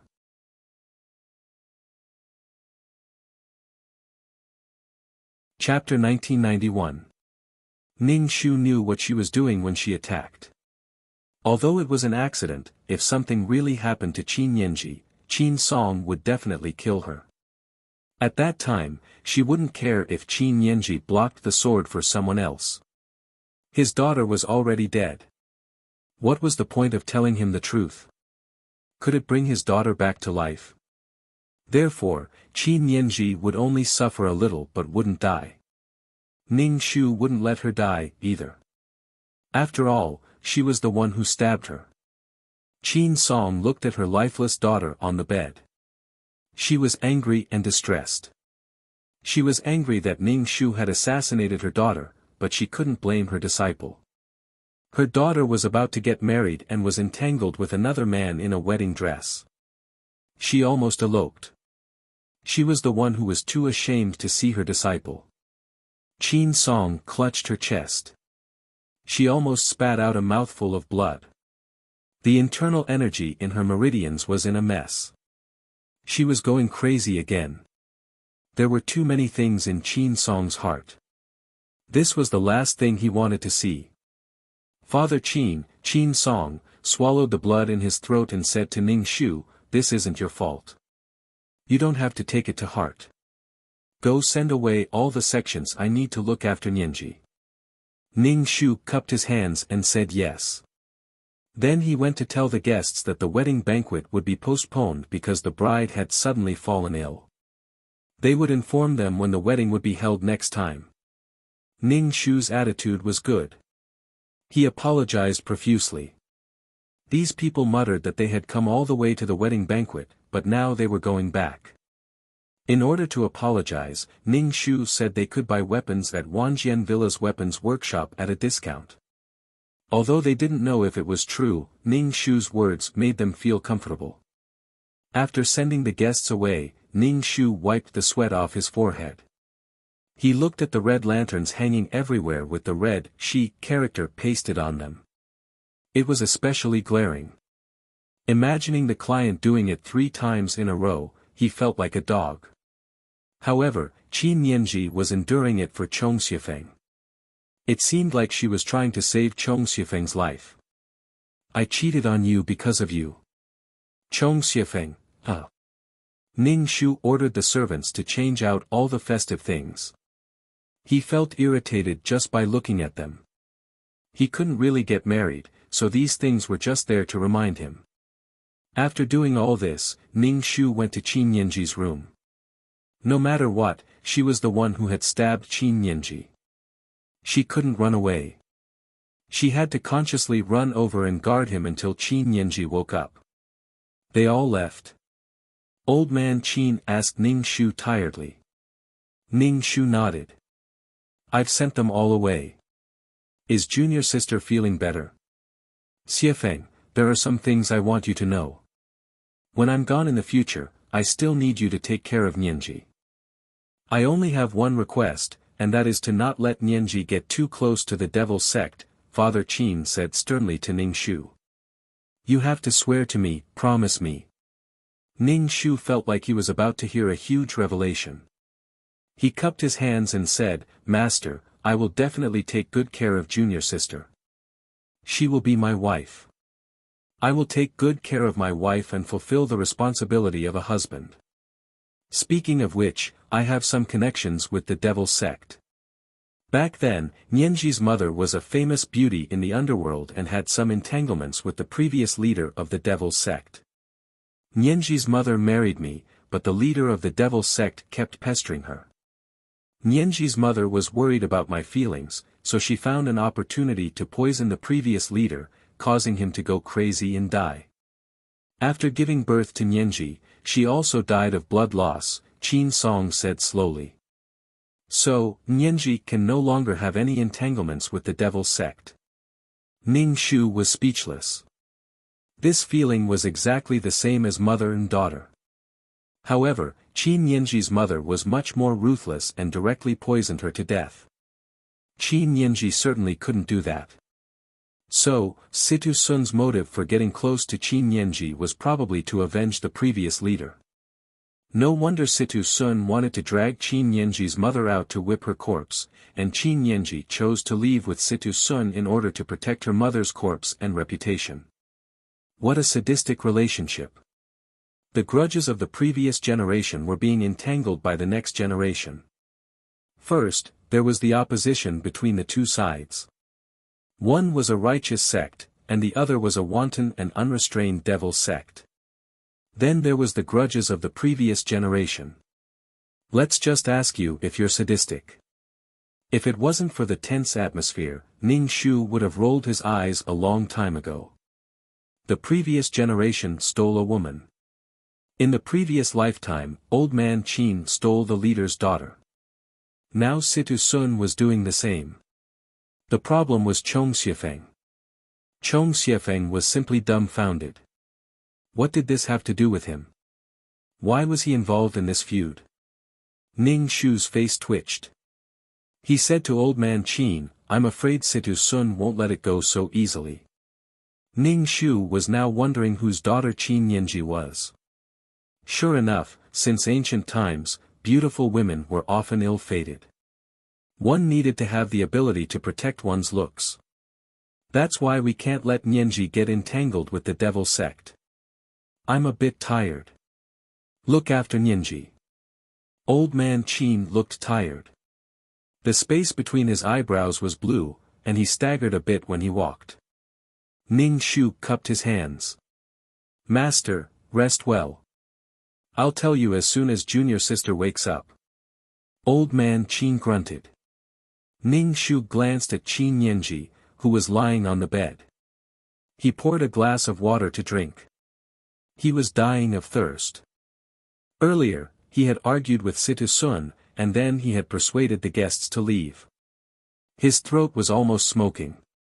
Ning Shu asked the maid to bring some food for him. He was very hungry. Since he had to watch over Qin Nianji, he had to watch over her until she woke up. After Ning Shu finished eating, he cultivated while watching over Qin Nianji. Old man Qin might be watching from somewhere. Even if his daughter had 1,000 faults, he couldn't allow others to bully her. However, he couldn't be without a temper. So Ning Shu's face was always sullen, but when it came to taking care of Qin Nianji, he did it personally. Qin Nianji, who had been in a coma for 2 days and 2 nights, finally woke up. She opened her eyes weakly, and her gaze was blank. When she focused on Ning Shu's face, she called out, "Elder brother." Qin Nianji struggled to get up, but she pulled on her wound.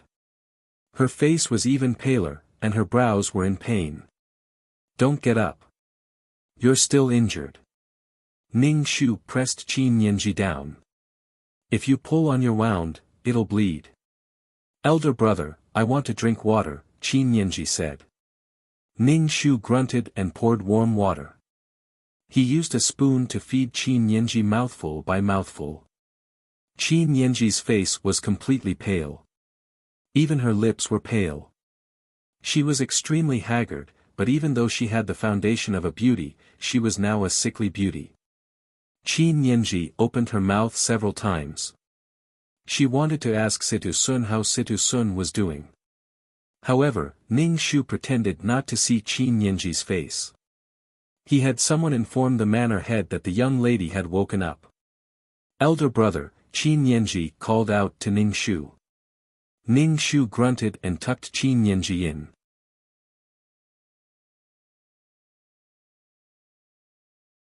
Chapter 1992. Qin Nianji smiled hesitantly and said, "Brother, she said softly, don't worry about anything right now. Take care of your body." When Ning Shu said that, Qin Nianji thought something had happened to Situ Sun. She asked excitedly, "Brother, did something happen?" Ning Shu asked calmly, "Do you want something to happen?" "Our marriage has been postponed." Qin Nianji wanted to ask about Situ Sun. Had he been arrested? Ning Shu purposely didn't mention Situ Sun's situation. It made Qin Nianji's pale face flush with a sickly blush. "Senior brother, you know what I'm talking about, senior brother," Qin Nianji's voice trembled. Ning Shu said calmly, "I don't know what you're talking about. Sister, you scared me to death this time. Promise me you won't do something like this again, okay?" Ning Shu didn't say how Situ Sun was doing to make Qin Nianji anxious. "You're awake. You can't do something like this again." Father Qin walked into the room and interrupted their conversation. Qin Nianji didn't know how Situ Sun was doing. She had a feeling that Situ Sun wasn't killed by Brother Qin. In the situation at the time, Situ Sun wasn't Brother Qin's match. He was either locked up. Qin Nianji's wound hurt, and blood seeped out. Qin Nianji looked at her father. "Father, it hurts. Weren't you very brave when you blocked the sword? You're making your enemy happy." Father Qin felt helpless when he saw his daughter's pale face. He also felt bad. "Father, how is Situ Sun?" Qin Nianji was more confident facing her father than facing Ning Shu. She asked, "Father, where is Situ Sun? Have you seen Situ Sun? You're talking about this when you wake up?" Father Qin was a bit shocked. She was talking about this in front of her own fiancé. What would Chong Xiafeng, her disciple, think. There was a saying that if you wanted to destroy a family, you had to spoil your own daughter. Then she would harm other families and successfully take revenge. He didn't know if this disciple of his would hate him or not. Even old man Qin, the father, felt very stifled, let alone Chong Xiufeng, the fiancé. "Father, what happened while I was unconscious?" Qin Yanji asked. Old man Qin couldn't help but say, "What do you think we did to Situ Sun?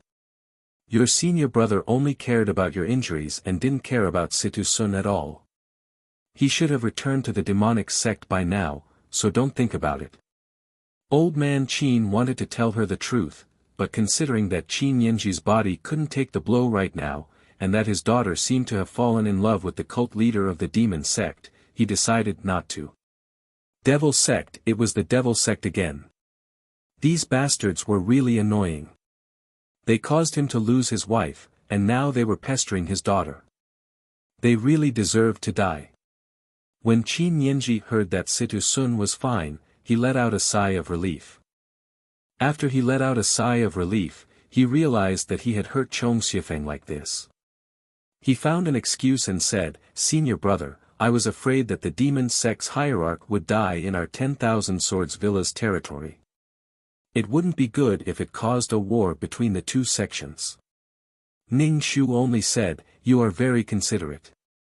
Master, I want to go back and freshen up." Ning Shu saluted old man Qin and left the room. Old man Qin also knew that his disciple was in a bad mood right now, so he didn't say anything. Chong Xiufeng was the son-in-law and heir that he had chosen, but his daughter was a disappointment. In the future, he still had to rely on Chong Xiufeng to bring 10,000 Swords Villa to greater heights. Your senior brother is your fiancé. You talk about another man in front of your fiancé, and you care about another man. What do you want him to think? How can you face the person who has cared for and cherished you since you were young? Old man Qin naturally sided with his daughter. He didn't want her to miss out on such a talented young man with good character and martial arts. But if she had to get involved with the demon sect, she would be like a moth to a flame. Seeing his daughter like this, old man Qin thought of his deceased wife. She had also died young because she had gotten involved with the demon sect. Old man Qin's heart throbbed with pain. When would this kind of ill-fated relationship end? Qin Yanji was helpless. She didn't know what to do. Her heart didn't seem to belong to her anymore. That Situ Sun was a big villain. The big bad guy was a big liar who had cheated her of her heart. At the critical moment, she couldn't care about her senior brother's feelings. Qin Yanji, oh Qin Yanji, how can you face your senior brother? Qin Yanji wanted to tear herself in half right now. That way, she wouldn't have to let down either side and wouldn't have to suffer so much. But her heart didn't belong to her anymore. She couldn't control her heart. What should she do? Recover well. Don't let your senior brother get hurt again. Because of the delay of the wedding this time, there are a lot of rumors about your senior brother, old man Qin said helplessly. Qin Yanji didn't speak. She felt very pained. If she hadn't met Situ Sun, she and her senior brother would have naturally gotten married, had children, and spent the rest of their lives together.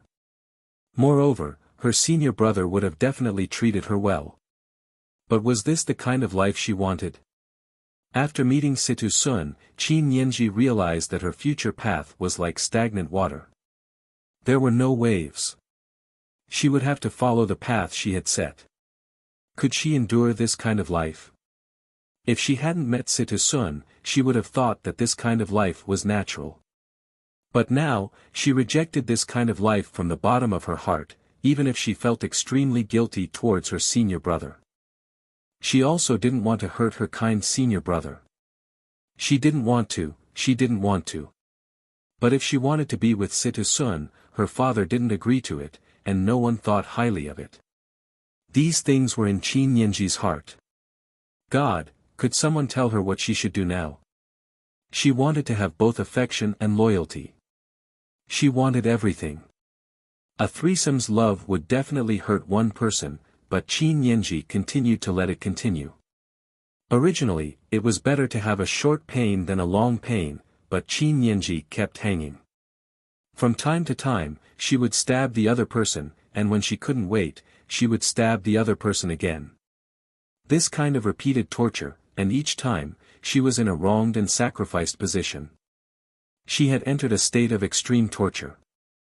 To put it bluntly, she caught one and hung the other. Only a broken car needed so many spare tires. Ning Shu returned to her room and sat cross-legged on her bed to cultivate. No matter when, strength was the most important. All the conflict and pain was because she didn't have enough strength. The reason Qin Yanji had compromised time and time again was because she didn't have enough strength. If she had enough strength, she didn't need to sacrifice herself at all. Thinking of Qin Yanji's expression when she defeated those demon sect masters, Ning Shu couldn't help but smile. She had already decided to leave with Situ Sun, but the result was unexpected. Qin Yanji was a very hypocritical and selfish person.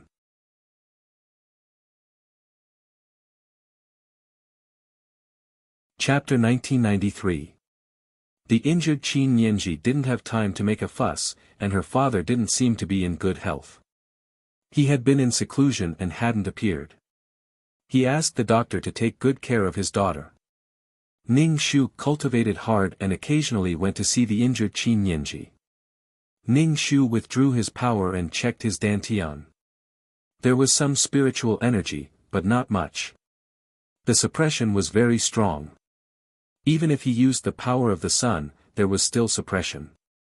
This was a pure martial arts world, so you could only play with knives and sticks, or work hard to cultivate internal energy and become a master of a generation. Ning Shu got off the bed and prepared to go see Qin Yanji. Qin Yanji had been very quiet since she was injured. This was a bit abnormal. Even if Qin Yanji was injured and wasn't in the mood to make a fuss, Situ Sun actually didn't do anything. This was a bit abnormal. Ning Shu arrived outside Qin Yanji's room. A maid came out of the room with a piece of paper in her hand. When she saw Ning Shu, she stuffed the paper into her sleeve. It was a bit intentional to let her see it. "How is the young miss?" Ning Shu asked the maid. The maid immediately bowed and said, "The young miss is fine. She just thinks it's bitter when she takes medicine every day." "You may leave," Ning Shu said indifferently. The young maidservant almost imperceptibly breathed a sigh of relief and strode away. Ning Shu looked at the maid's back. No wonder the two of them didn't make a fuss. It turned out that there was a messenger. Ning Shu pretended not to know about this. "You can do whatever you want, even if you want to go to heaven." Ning Shu knocked on the door. "Junior sister, it's me. Senior brother, come in." Qin Yanji's weak voice sounded. Ning Shu pushed the door open and saw Qin Yanji leaning on the bed with a pillow. Ning Shu's sword had injured Qin Yanji. After all, she was a girl. Losing so much blood was detrimental to the body. Now Qin Yanji's face was pale and without any color. Ning Shu walked over and asked, "Are you feeling better?" Qin Yanji forced a smile. "Senior brother, it hurts. It's my fault. It's all because of my carelessness that you were injured. However, this was originally a battle between me and Situ Sun. With you suddenly charging over, I was simply unable to stop my momentum. That's why I stabbed you. In the end, this is all your fault. Do you really think that you're in the right just because you're injured? Just because others will feel sorry for you, you've blurred the essence of this matter." When Qin Yanji heard Ning Shu's words, she suddenly felt uncomfortable. Senior brother was blaming her. "Eldest senior brother, I'm sorry." Qin Yanji bit her lip and said, "I really can't bear to see Situ Sun die in front of me. I know I'm a bad person. I've let you down, senior brother. I'll give you a chance. If you really love Situ Sun, I can let you go and be with Situ Sun. You don't have to be so conflicted. Ning Shu looked at Qin Yanji and asked, I'm telling the truth. If you say that you want to be with Situ Sun, I can think of a way to make the two of you be together. Ning Shu wore the green hat righteously. He was like a textbook example of a hero of the green forest. Qin Yanji stared blankly at Ning Shu. Tears immediately fell. She said bitterly, Senior brother, you're really suffering. I've let you down.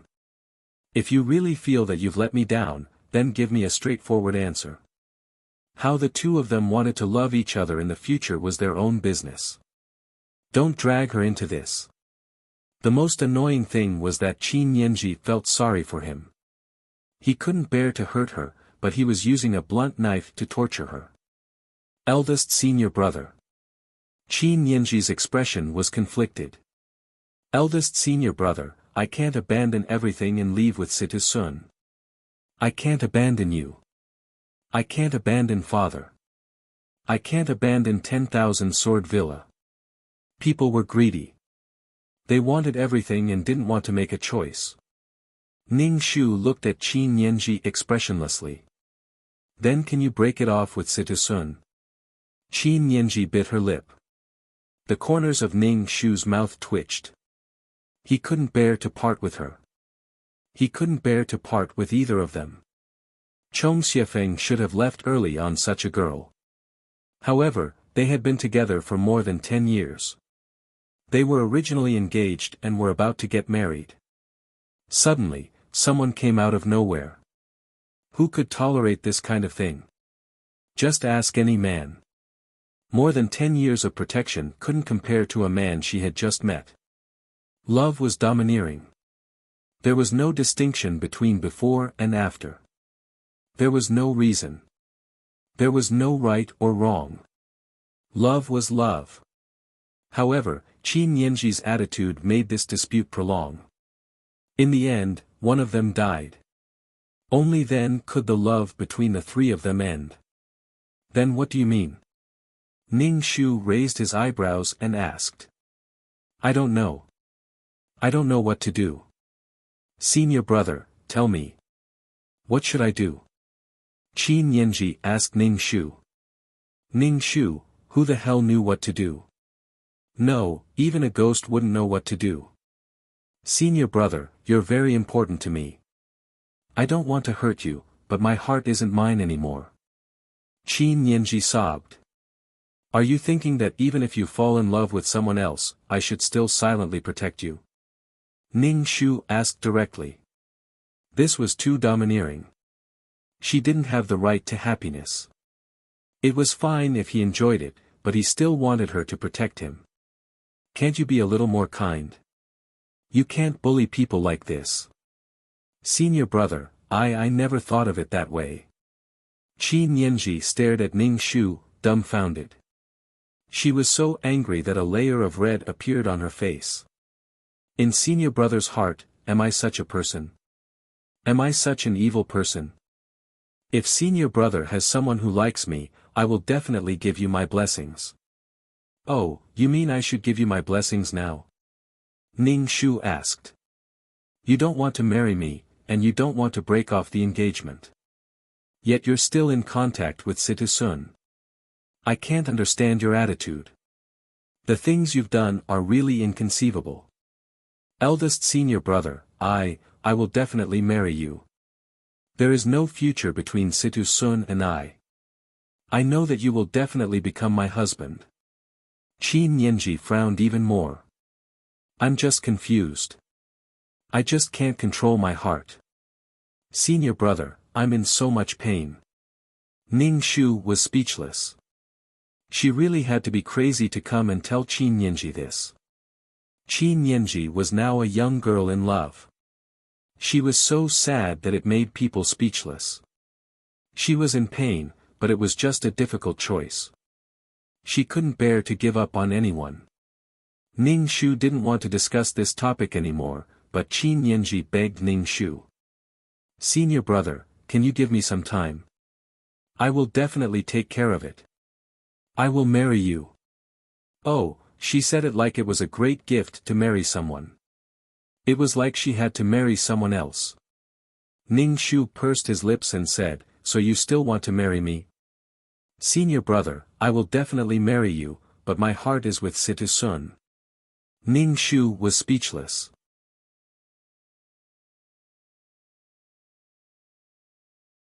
Chapter 1994. Ning Shu was really speechless. Was marrying him such a grievance? If she didn't want to marry him, then forget it. She still had to think about it and give him some time. She didn't want to marry him, yet she had to give him such a promise.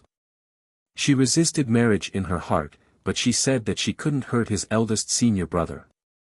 "But my love has already been given to someone else. Isn't this the legendary saying, 'You have my body, but not my heart'? How could it be so humiliating? Those who were loved were all ancestors." Looking at Qin Yanji's attitude towards Situ Sun and Chong Xiufeng, it was obvious at a glance that in front of Chong Xiufeng, she said whatever was on her mind. It seemed that she didn't have to worry about the other party. She didn't care because she didn't love them. But it was different with Situ Sun. She was cautious, sensitive, shy, and melancholy. So everyone hoped that they were loved. Ning Shu looked at Qin Yanji seriously. "Do you really plan to marry me? Are you serious?" "I'm serious, eldest senior brother. I know that it's impossible for Situ Sun and me. We have no future." Ning Shu was speechless. "Young lady, what kind of conversation is this? Why did you end the conversation? Why do I feel like I know that I can't be with Situ Sun, so I've decided to marry you, but I'm not willing in my heart." "Really?" Ning Shu asked again. "Really, eldest senior brother. Believe me, we are engaged. We will definitely get married." Ning Shu was speechless. Ning Shu looked at Qin Yanji coldly and said with a smile, "Okay, I understand little sister's feelings. Eldest senior brother, it's good that you believe me." Ning Shu walked out of Qin Yanji's room and chuckled. Just as they were talking, Ning Shu used his spiritual power to discover that Qin Yanji had letters under her pillow. It had only been a month, and there were a lot of letters. It was like talking on the phone. It was really hard on the messenger to go back and forth. There was probably one letter a day. Ning Shu completely gave up on certain things. Who the hell had the time to play with them? I can't afford to offend them, but I can't hide. As the saying goes, it takes 100 days to heal a broken bone. However, Qin Yanji had only recuperated for 2 months. She was able to get out of bed and walk, and her complexion was slightly better. Then, her father urged her to get married. Father Qin called Ning Shu and his daughter in front of him and said, "Let's get married in 3 days." Another 3 days had passed. What had happened during these 3 days? These 3 days were enough for Situ Sun to prepare. Qin Yanji's face was a little pale. Her face, which hadn't been rosy to begin with, was even paler now. Ning Shu cupped his hands and said, "Master, I have no objections. I just don't know if junior sister has thought it through." Has she thought it through in 2 months? In the past 2 months, rumors had been spreading all over the country. Chong Xiufeng's marriage to Qin Yanji had attracted a lot of attention. Originally, all the guests had already arrived, but the ceremony was not completed. Could there be some secret behind it? There was no wall in the world that didn't have a crack. Even the Wanjian villa was not an iron plate. Naturally, there were rumors that Chong Xiufeng had been cuckolded, and the bride was going to elope with someone else, someone from the demon sect. The bystanders couldn't help but talk about what had happened more than 10 years ago. Qin Yanji's mother and daughter were both involved with the demon sect. It was a mess. What a joke. As the manager of the Wanjian villa, Father Qin definitely knew about this. That was why he had allowed his daughter and Qin Yanji to get married before her body had even recovered. The invitations were sent out one after another. It was unknown how the people who had attended the banquet felt when they received the invitations again. They probably thought it was their second marriage. You have to marry Xiefeng, and you can't interact with the people of the demon sect. Do you want to end up like your mother? Situ Sun only got close to you to avenge the previous leader of the demon sect. The previous leader of the demon sect was poisoned by your mother. Situ Sun only got close to you to avenge his mother. You are just a tool for his revenge. Old man Qin told Qin Yanji the truth. Qin Yanji was speechless. What was this? Did Situ Sun get close to her with ulterior motives from the beginning? Qin Yanji was devastated. She felt like she had lost all hope. The sword wound in her heart hurt again. Is this true? Qin Yanji asked Qin Song bitterly. The truth was too cruel. Qin Yanji felt like she had been hit in the head with a heavy hammer.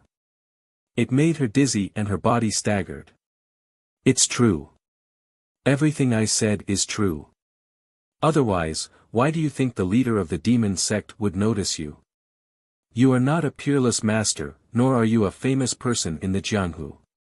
He just happened to run into you when you left the Wanjian villa. Nianji, wake up. Father Qin, who had been painstakingly persuading her, was extremely tired. In an instant, he seemed to have aged a lot.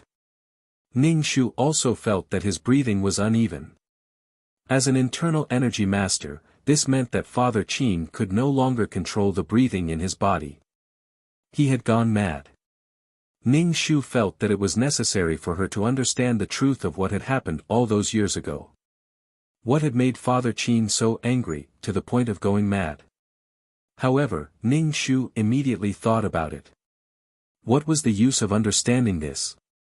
She didn't want to care about the Wanjian villa anymore.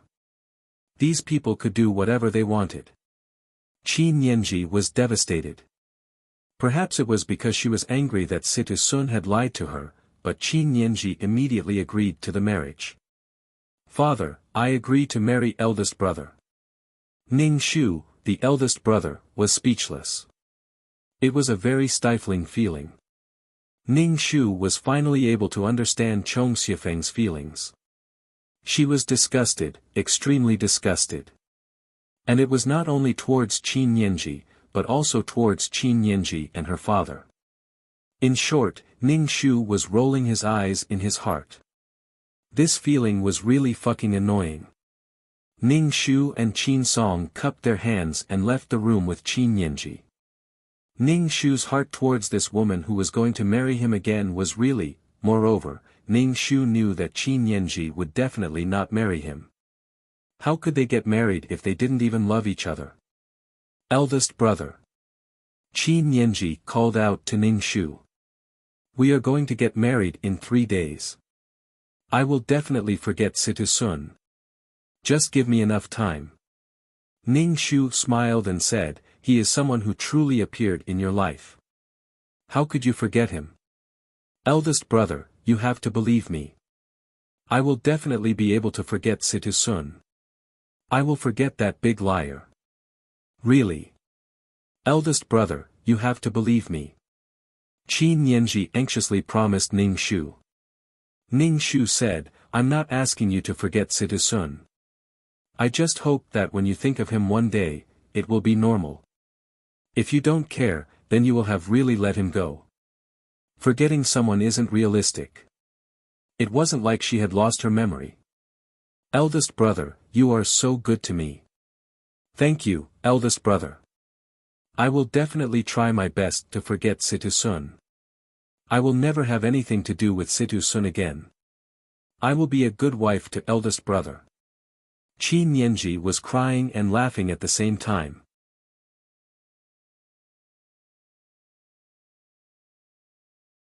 Chapter 1995. Ning Shu didn't believe a single word Qin Yanji said. He didn't even believe a single punctuation mark.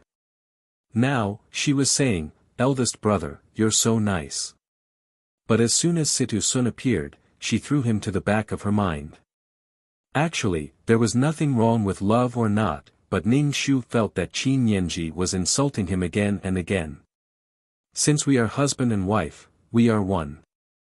I don't want there to be any deception or concealment between us. Situ Sun doesn't have good intentions toward you. Are you still in contact? Ning Shu asked Qin Yanji with his eyes locked on her. Qin Yanji's eyes flickered, then she pursed her lips and finally said, "We don't have any contact anymore." I see. If Situ Sun has anything to do with you again, you must firmly refuse.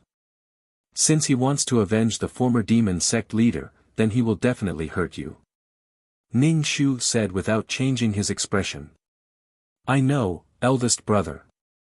I will definitely not have anything to do with Situ Sun. He lied to me. He is a liar. I will never talk to him again in this life. Was she making up her mind? She was clearly acting coquettishly, okay? Ning Shu really couldn't help but want to hit his chest. You will be getting married in 3 days. Prepare well. Tell Situ Sun that you are getting married and have him quickly come to steal the bride. Even if Qin Yanji broke off all ties with Situ Sun in the letter, with Situ Sun's shamelessness, he would definitely come to steal the bride. Just like in the plot, if Qin Yanji was pregnant, would Qin Yanji let his woman take his child and marry someone else? Chong Xiefeng decided to marry Qin Yanji for the sake of Qin Yanji's reputation. In fact, Chong Xiefeng was asking for humiliation. 3 days later, Wanjian Villa was full of jubilation again. After 2 months, Wanjian Villa was going to have a wedding again.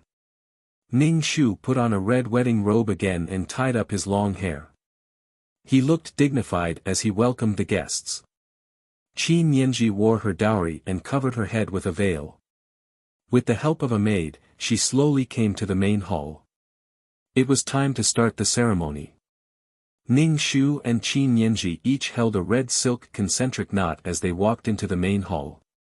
Old man Qin sat in the main seat with a smile on his face. He looked relieved, as if his daughter and son-in-law would be free from the entanglement of the demonic sect. First bow to heaven and earth. Second, bow to your parents. Husband and wife, wait a minute. A voice interrupted the MC's speech. Everyone looked at the entrance and saw Situ Sun leading many members of the demonic sect over.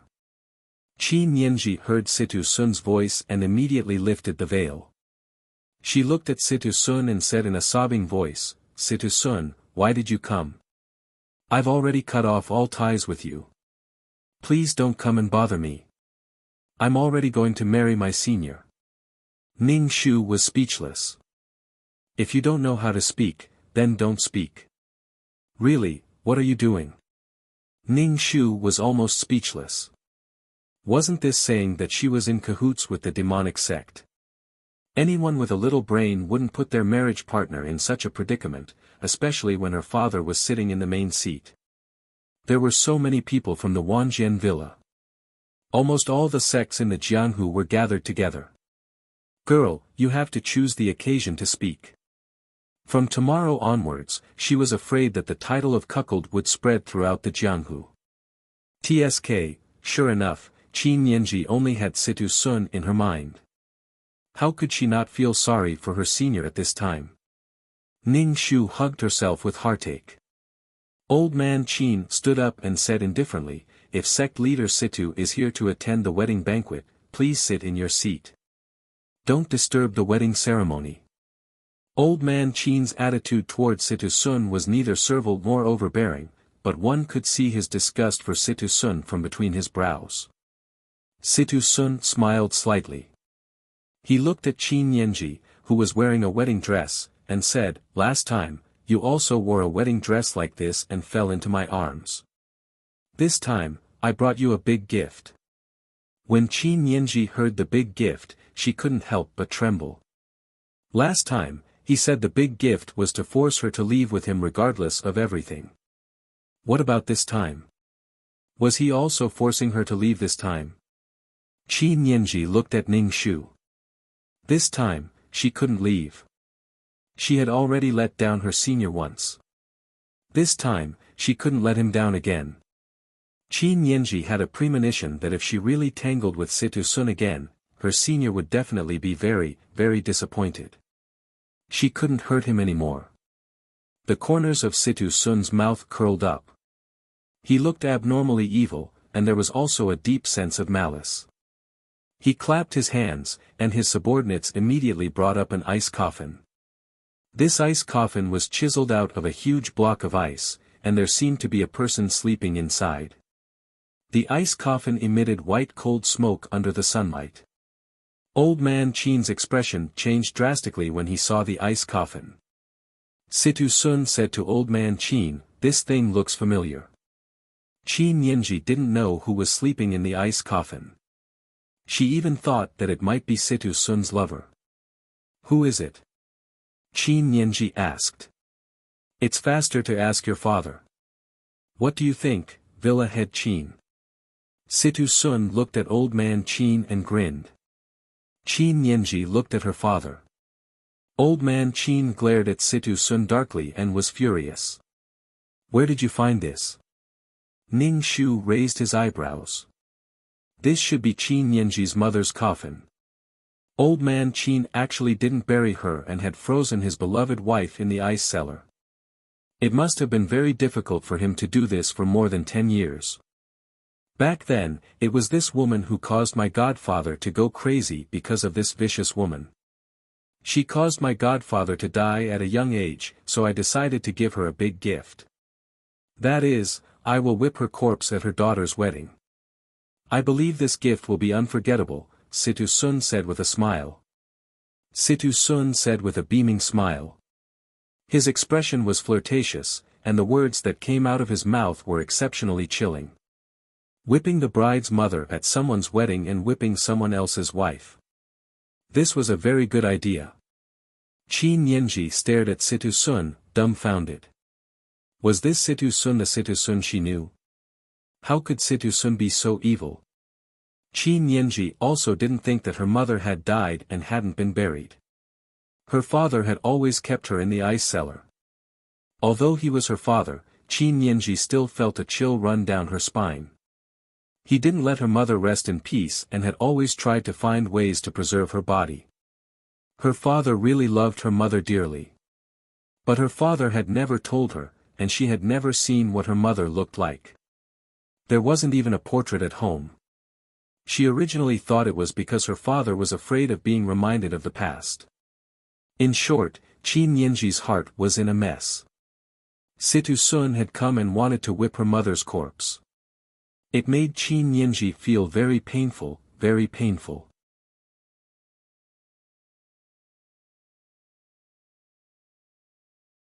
Chapter 1996. How could Situ Sun be so cruel? That was her mother, and he didn't care about her feelings at all. He said he would whip her mother's corpse. Qin Yanji looked at Situ Sun with grief in her eyes, as well as some hatred, confusion, and heartache. The martial artists around them were all speechless. They didn't expect there to be such a history. The previous leader of the demon sect had been poisoned to death by Qin Song's wife. And now he was going to whip the corpse of someone who had been dead for many years. Most people were shocked that Qin Song had left the corpse until now. It was really disgusting. He didn't even let the dead rest in peace. No matter how much he loved his wife, he didn't have to do this. He didn't want the soul of a dead person to rest in peace. Situ Sun looked at Qin Song leisurely and said coldly, "If I don't whip this vicious woman's corpse, I won't be able to relieve the hatred in my heart." Situ Sun raised his hand and had his men smash the ice coffin. Qin Yanji looked at Situ Sun with pleading eyes. "Please don't do this. Don't hurt my mother. Please. I cannot hurt your mother, but I have one condition, and that is that you are not allowed to get married. Come with me." Situ Sun made the request. His purpose was to disrupt the wedding banquet. Qin Yanji was the daughter of the woman in the ice coffin. There were still some things that she needed to repay. How could she marry someone else? He wouldn't allow Qin Yanji to marry another man without his permission. Again. Why couldn't this man care about her feelings? Why did he always use such a method to force her?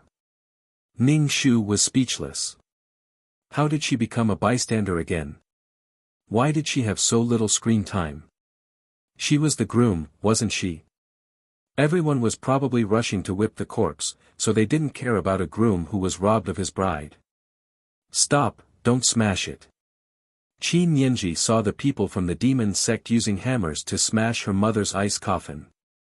If they broke it open, her mother's face would be revealed, and her corpse would be whipped. She would become a laughing stock. Stop. Situ Sun looked at Qin Yanji. Have you thought about it?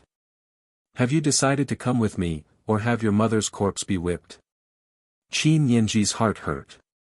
Her sword wound hadn't healed yet, and after being provoked like this, blood flowed out of the wound again and gradually soaked the wedding dress. I. Qin Yanji was so conflicted that she wanted to die. She shouted at Situ Sun, just kill me. How could I bear to kill you? Situ Sun smiled faintly. You are my boss. I can kill anyone but you. Ning Shu smiled slightly. Was this a knowing blow? As expected, Ning Shu saw that Qin Yanji's expression was a bit strange.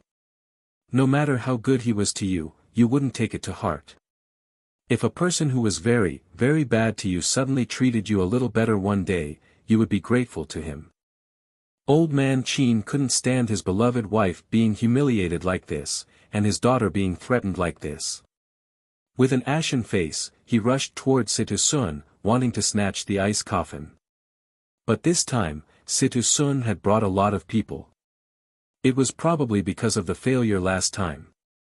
This time, Situ Sun had brought a lot of experts from the devil sect. If it was just Wanjian Villa, they really couldn't defeat them. Situ Sun wasn't afraid of Qin Song, who was half buried in the ground.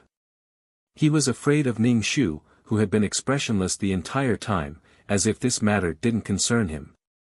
Old man Qin rushed over but didn't gain any advantage. After a few rounds, he was injured by Situ Sun. He fell to the ground and couldn't get up, vomiting blood. This made old man Qin's face even paler. Dad! Qin Yanji quickly ran to her father and cried, Are you okay, Dad? Don't scare me, Dad. Qin Yanji screamed at Situ Sun, How far do you want to go before you are satisfied? I can die, but I have to die for my mother. I have to atone for my mother's sins. Situ Sun saw Qin Yanji like this, and his eyes flashed. He said coldly, I don't need you to die. Don't you want to atone for your mother's sins? Then from today onwards, you are my slave. Otherwise, your father will die today, and your mother's corpse will be whipped. Ning Shu walked out slowly with his sword in hand. He said to Situ Sun, Have you forgotten about me? I am the main character today. You want to steal my wife and kill my father-in-law. You have to ask me if I can do it. Situ Sun sneered. You think too much. You haven't even had a ceremony yet. How can you be husband and wife? Don't make things up for yourself. Ning Shu raised his sword and ignored Situ Sun. He went straight for the ice coffin. If he tried to steal it, the ice coffin would melt, and the body inside would be exposed. Hold him back. Don't let him steal the coffin, Situ Sun quickly said to his subordinates. He didn't dare underestimate Ning Shu's fighting ability. Ning Shu was like a wolf in a sheep's pen. He had infinite strength, and the sword aura he released was hard to defend against.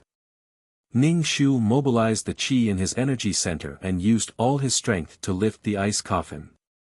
The ice coffin flew into the air, and Ning Shu jumped up. He used his hand to support the ice coffin and snatched it. Situ Sun's expression was ugly. This man was Qin Yanji's fiancé. Men always competed with each other, especially when they were fighting over a woman. Situ Sun wanted to snatch the ice coffin that Ning Shu was holding. The two of them fought fiercely, and the people around them enjoyed watching. They saw that Ning Shu was holding the ice coffin with one hand and fighting Situ Sun with the other. The power of the Wanjian villa's eldest disciple was beyond everyone's imagination. Ning Shu released a ray of sword aura. The sword aura was very sharp, and Situ Sun had no choice but to dodge. Otherwise, he would be at a disadvantage. This gave Ning Shu a chance. Ning Shu supported the coffin with one hand and placed it in front of Qin Nianji and her father. He said to Qin Nianji, "Sister, I have taken back the coffin of the Masteress. You don't have to be threatened by Situ Sun anymore. You don't have to leave with him." Qin Nianji's expression was a bit strange. She nodded and said, "Thank you, eldest brother. Thank you for not letting my mother suffer the humiliation of being whipped." "Thank you." Ning Shu looked at Qin Nianji and asked, "There's nothing to thank me for. Can we continue the ceremony now?" "Eldest brother, something like this happened." Qin Nianji looked hesitant. She thought she was going to die, but she didn't expect things to turn around. Now that her mother's ice coffin was back, it seemed like nothing could threaten her. "You're worried about Situ Sun causing trouble, aren't you?" "Don't worry, I'm here. He can't do anything to you. I will protect you." Ning Shu smiled. "Yes, you two can go through the ceremony," Qin Nianji's father said weakly. Situ Sun laughed. "I'm sorry, but you two might not be able to go through the ceremony because I smeared poison on the ice coffin. Nianji, your eldest brother is going to die from the poison." Ning Shu thought, drama queen.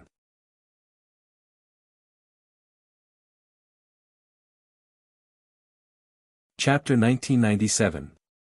Situ Sun's expression was smug as he smirked. "Chong Xiafeng, you're poisoned." Ning Shu almost couldn't help rolling her eyes. "You're the one who's poisoned." "I'm not poisoned. This poison is colorless and odorless," Situ Sun said. "This is the demon sect's poison. Only I have the antidote." "So?" Ning Shu looked at Situ Sun. He spoke as if he was telling the truth. Ning Shu was very sure that she was poisoned and that Situ Sun was lying to her.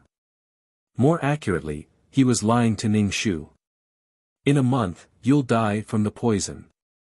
Your entire body will rot, and you'll feel no pain. You'll look like a ghost." "Only I have the antidote," Situ Sun said with a smile. Ning Shu said, "You're really amazing. You can actually accurately predict and the poison will take effect. You're amazing, you're amazing. Why do you want to die in a month and not right now?" "I want the poison to take effect in a month. I'm happy." "You're already poisoned, but you have to wait for the poison to take effect. Doesn't that feel great? Fear, terror, helplessness. After the poison takes effect, you won't die immediately. You'll have to endure the extreme itchiness every day. You'll want to peel off your skin and scratch yourself until your bones are exposed. You won't die at that time. You'll keep scratching." Situ Sun's words were very disgusting. The martial artists present couldn't help but look at him strangely. Some even reprimanded the demon sect for being too vicious to come up with such a poison. A warrior would rather die than be humiliated. With such a poison, there was no way to live or die. Ning Shu's mouth twitched. How scary. Situ Sun was purely spouting nonsense. Qin Nianji was pale with fear. She looked at Situ Sun in horror. "How did you become like this? How can you be so scary?" "Antidote, hand over the antidote." Situ Sun smiled, revealing his white teeth. "I've always been this scary. Don't forget that I'm a member of the demon sect. If the demon sect isn't evil, then who is? If you come with me, I'll give you the antidote so that your senior brother won't die. He won't itch to death." Situ Sun extended his hand to Qin Nianji. "Come here. I'll give you the antidote." Ning Shu grabbed Qin Nianji's wrist. "I'm not poisonous. You don't have to go over. Let's get married. Don't fall into her trap." She's here to ruin our marriage. Senior brother. Qin Nianji looked at Ning Shu with tears in her eyes. Are you really okay? Ning Shu nodded and gently said, I'm really fine, trust me. Situ Sun grinned and said indifferently, you can give it a try. See if the poison will take effect after a month. If you don't want your senior brother to die an ugly death, come over here. I have the antidote here. Situ Sun took out a white porcelain bottle and shook it. The antidote is inside. As long as you come over to my side, your senior brother won't die. Ning Shu said directly, Junior sister, I'm not poisonous. I'm not afraid of death. Even if I'm poisoned, I can't let you go with him. He'll find a way to torture you. But senior brother. Qin Nianji hugged Ning Shu and wailed. I really don't dare to gamble with your life. What if you're really poisoned? What if you're really poisoned? What if you're really poisoned?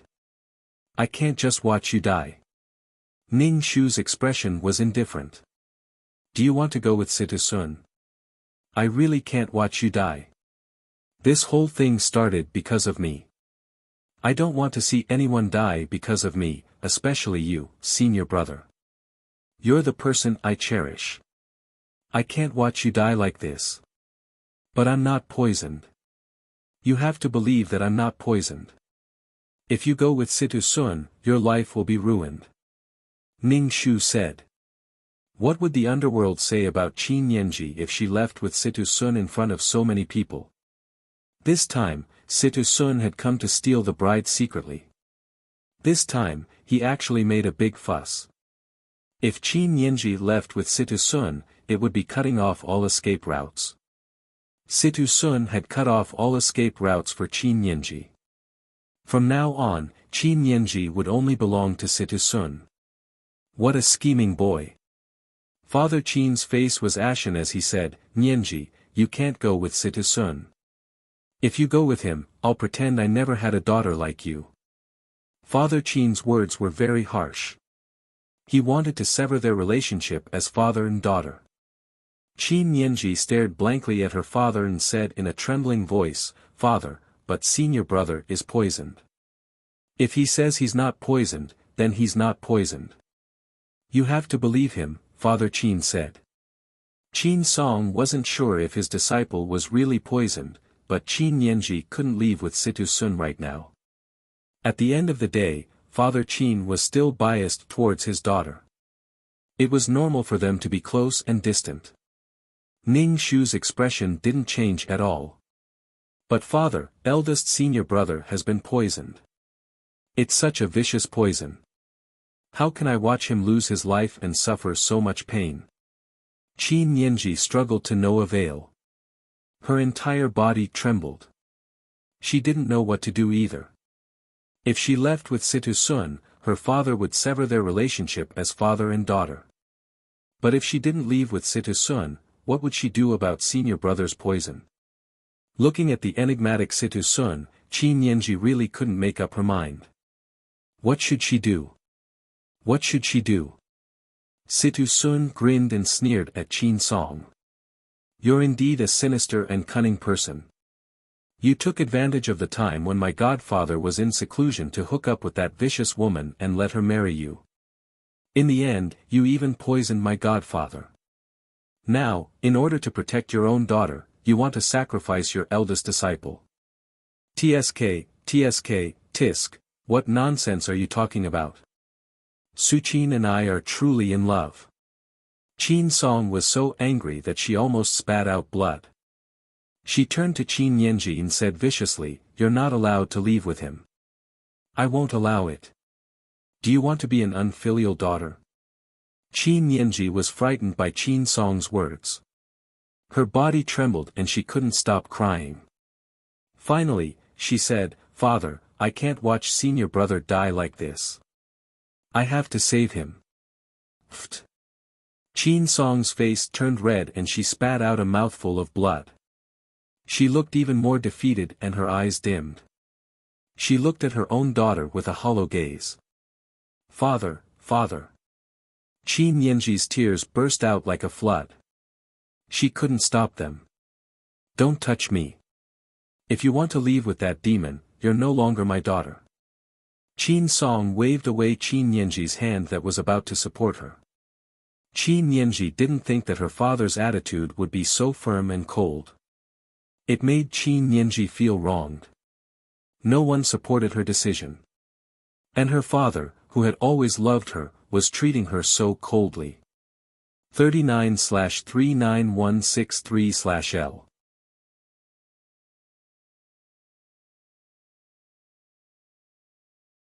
Chapter 1998.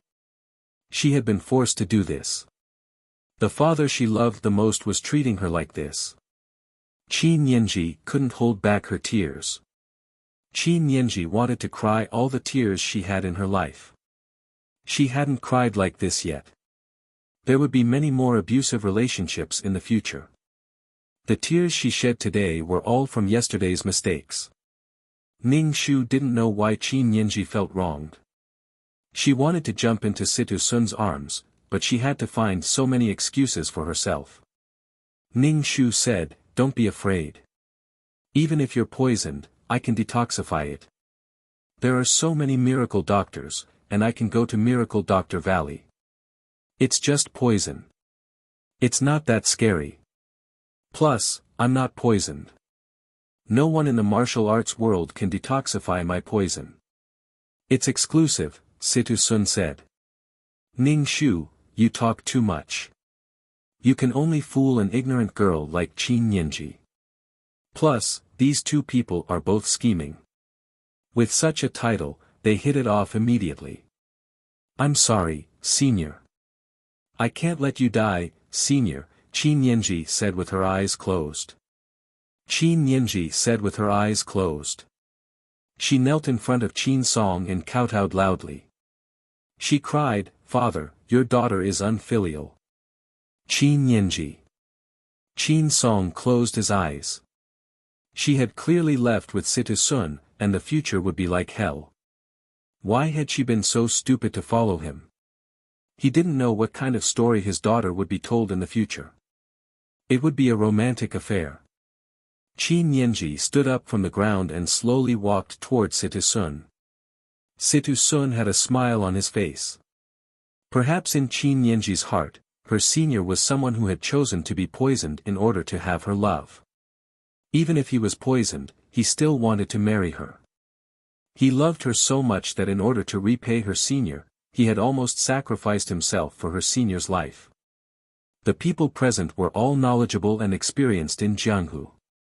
They all showed a look of disdain, but their hearts were as clear as a mirror. Looking at the stunned Ning Shu, they were full of sympathy and gloating. Ning Shu chuckled inwardly when she sensed the gazes of the people around her. It was even better to get rid of Qin Yanji this way. If she was the fiancé she had dumped for more than 10 years, she would have been labeled as a scumbag. She had repeatedly said that there was no poison. Even if there was poison, she wouldn't be afraid. Under the threat of Qin Song severing their father-daughter relationship, Qin Yanji flew gracefully towards Situ Sun. "Don't affect me from becoming a tall, rich, and handsome man. Don't affect me from wielding the sword to the end of the world. Don't affect me from floating and helping the world." Every step Qin Yanji took was very difficult. Step by step, she walked in front of Situ Sun and said fiercely, "Situ Sun, I hate you. I don't care if you hate me or not. From now on, you're my slave. Atone for your mother's sins." Situ Sun didn't shy away at all as he hugged Qin Yanji's waist. Qin Yanji's face flushed red. She struggled with all her might and pulled at her wound. Her heart ached. "Ha!" A crisp female voice sounded. A woman in a red robe walked out and walked to Ning Shu's side. She said, "Chong Xiafeng, are you stupid? Whether or not you're poisoned, she'll leave with the demon sect. It's useless no matter how much you try to keep her." Ning Shu looked at the girl. Her hair was combed into a high ponytail that hung down her back. She wore a simple female riding outfit with a soft whip tied to her waist. She looked very valiant and formidable. "Who are you?" Ning Shu asked. Did she have a grudge against Qin Yinji? She was so direct and so satisfying. "I'm Yi Nanlian. I'm a disciple of Lingyun Villa," Yi Nanlian said straightforwardly. Yi Nanlian said straightforwardly, "You can't get married today because your junior sister has never thought of marrying you because she has an affair with someone from the Devil's sect. Don't you think you're stupid?" Ning Shu was speechless. "Although my sister is telling the truth, don't call me stupid." Qin Yinji saw a woman suddenly appear and speak so crudely. She bit her lip. Ning Shu asked, "Senior brother, do you know her?" "You're mine now. You still have the heart to care about other people." Situ Sun put an arm around Qin Yinji's waist. Ning Shu thought, Why did the whole world turn green? I don't know her. "Junior sister, it's not too late to turn back," Ning Shu said. "Situ Sun, the antidote." Qin Yinji bit her lip and asked Situ Sun for the antidote. She then said to Ning Shu, "Senior brother, I don't want you to die. I want you to live. Live well." Situ Sun grinned and took out a porcelain bottle. He threw it directly at Ning Shu. Ning Shu didn't catch the bottle. It fell to the ground and shattered. A pill rolled out. He wasn't going to eat it. It wasn't poisonous before. If he ate the pill, he might really be poisoned. It would be strange if Situ Sun let him go. Situ Sun's possessiveness made him dislike Qin Yinji, especially when she was Qin Yinji's fiancée. "Senior brother." Qin Yinji saw Ning Shu like this and was shocked. "Senior brother, what are you doing? Nothing is more important than your own life. Her grievances and sacrifices were nothing." "Ha!" Yi Nanlian couldn't help but laugh. She said to Qin Yinji with a bit of sarcasm, "You're the one who wants to leave with someone and abandon your fiancé. You embarrassed your fiancé at the wedding banquet, and you still have to put on this face. Qin Yinji, you're still so hypocritical. This is between me and senior brother. What does it have to do with you?" Qin Yinji said with red eyes. "Because I like Chong Xiufeng. Don't get me wrong. I like Chong Xiufeng, but I gave up when I knew he had a fiancée. I didn't have any contact with him. Now that you want to leave with someone, I want to marry Chong Xiufeng," Yi Nanlian said very, very frankly. All the martial artists present looked in the direction of Lingyun Villa. The villa master of Lingyun Villa touched his beard and coughed awkwardly. He said, "A son-in-law like this is not bad. His grandson must be handsome." The old man was so unreliable. Wasn't he afraid of offending Wanjian Villa? Everyone complained in their hearts. Ning Shu blinked. Sure enough, people in the martial arts world didn't care about trifles. Now, a girl who liked Chong Xiufeng suddenly appeared. Chong Xiufeng didn't remember this girl. Just as Yi Nanlian said, she gave up when she knew he had a fiancée. Ning Shu was puzzled before. Chong Xiufeng was a young man with good character and martial arts. Why didn't any girl like him? It was probably because he had a fiancée, so he automatically isolated himself from girls. Yi Nanlian also knew how to behave. She didn't run to Chong Xiufeng. Now that she appeared, she probably felt that she had a chance and wanted to avenge her lover. "Ning Shu, I like it." Hearing Yi Nanlian say that she liked her senior brother and fiancé, Qin Yinji's heart was very complicated. 39/39163/L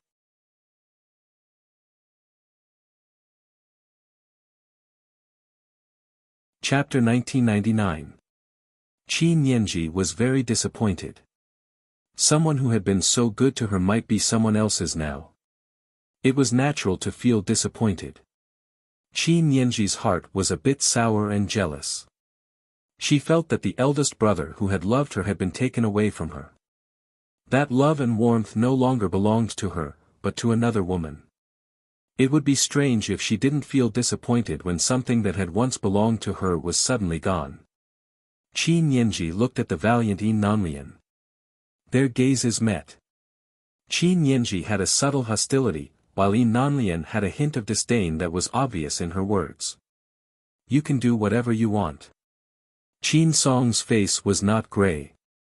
He looked a lot older in an instant, like an old man with one foot in the grave. Qin Song carried the ice coffin. It had already begun to melt and was dripping water. Qin Song carried the coffin and left. From the back, he looked like a very lonely and helpless old man. Everyone felt a bit disgusted. It was rare to see his wife's body preserved for so many years. It felt like Wanjian Villa was full of ghosts.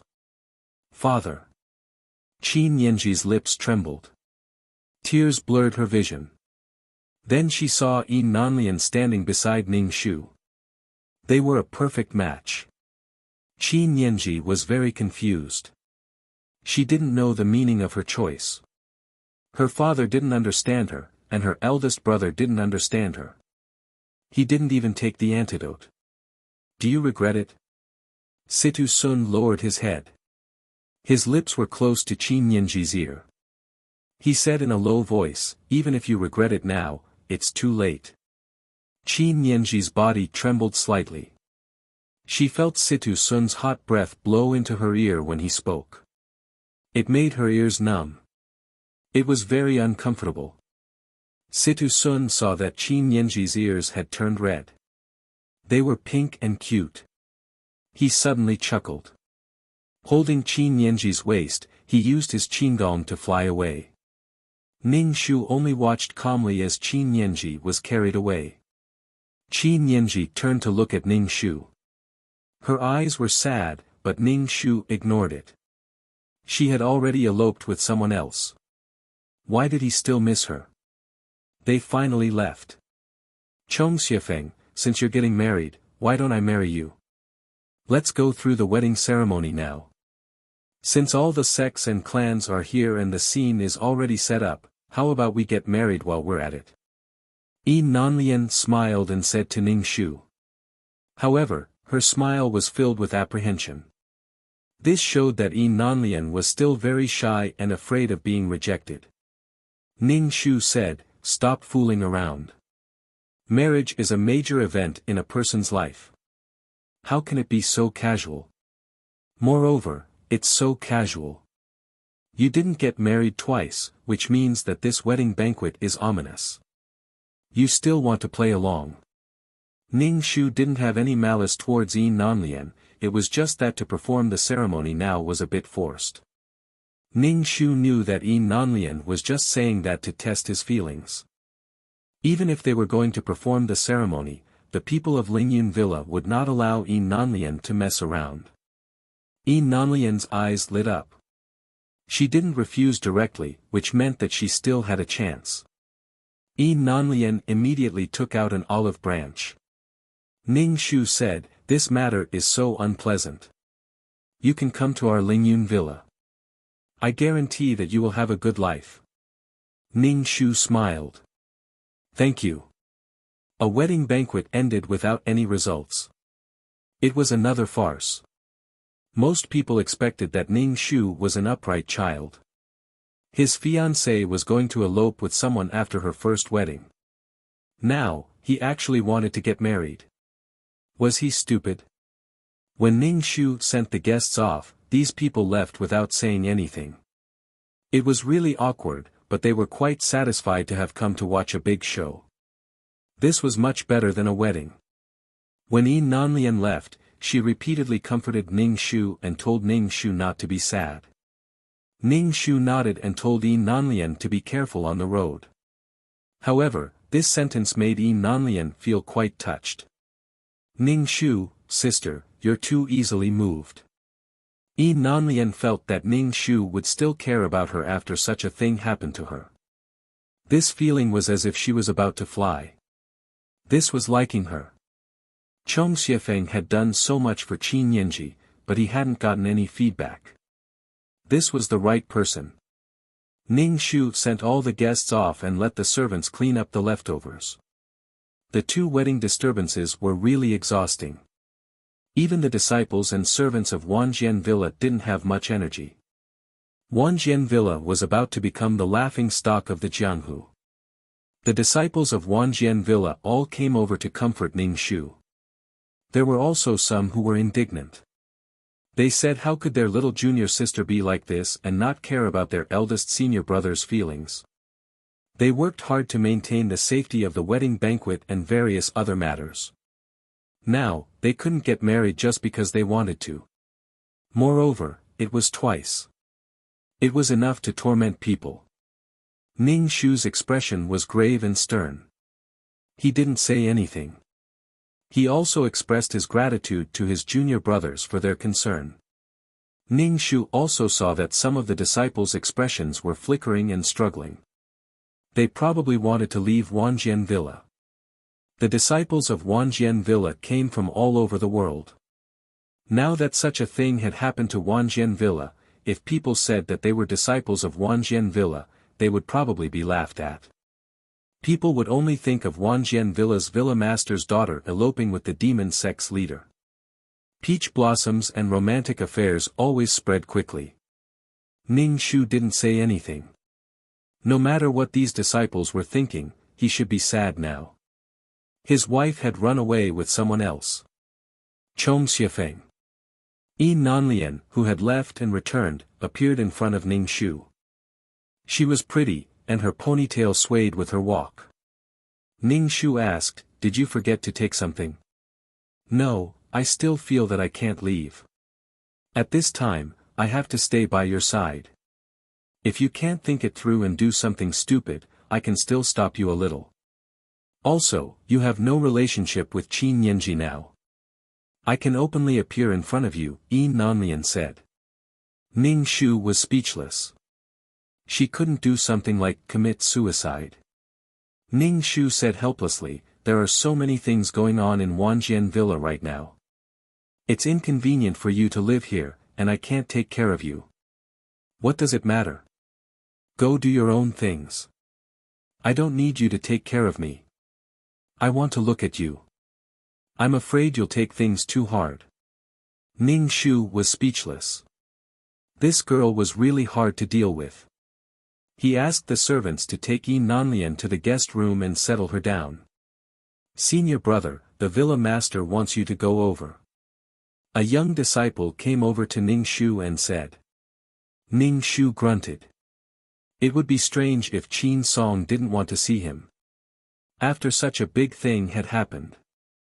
Ning Shu went to Qin Song's room and saw Qin Song sitting in a chair. Ning Shu didn't know if it was an illusion, but Ning Shu felt that Qin Song's body had become much more hunched. It looked like he was almost buried in the dirt up to his chin.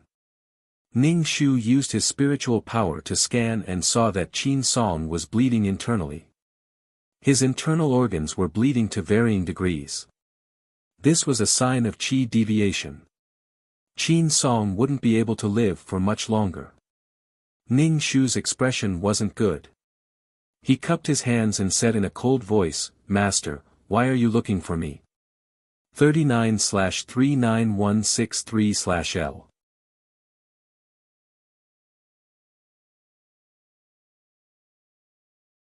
Chapter 2000.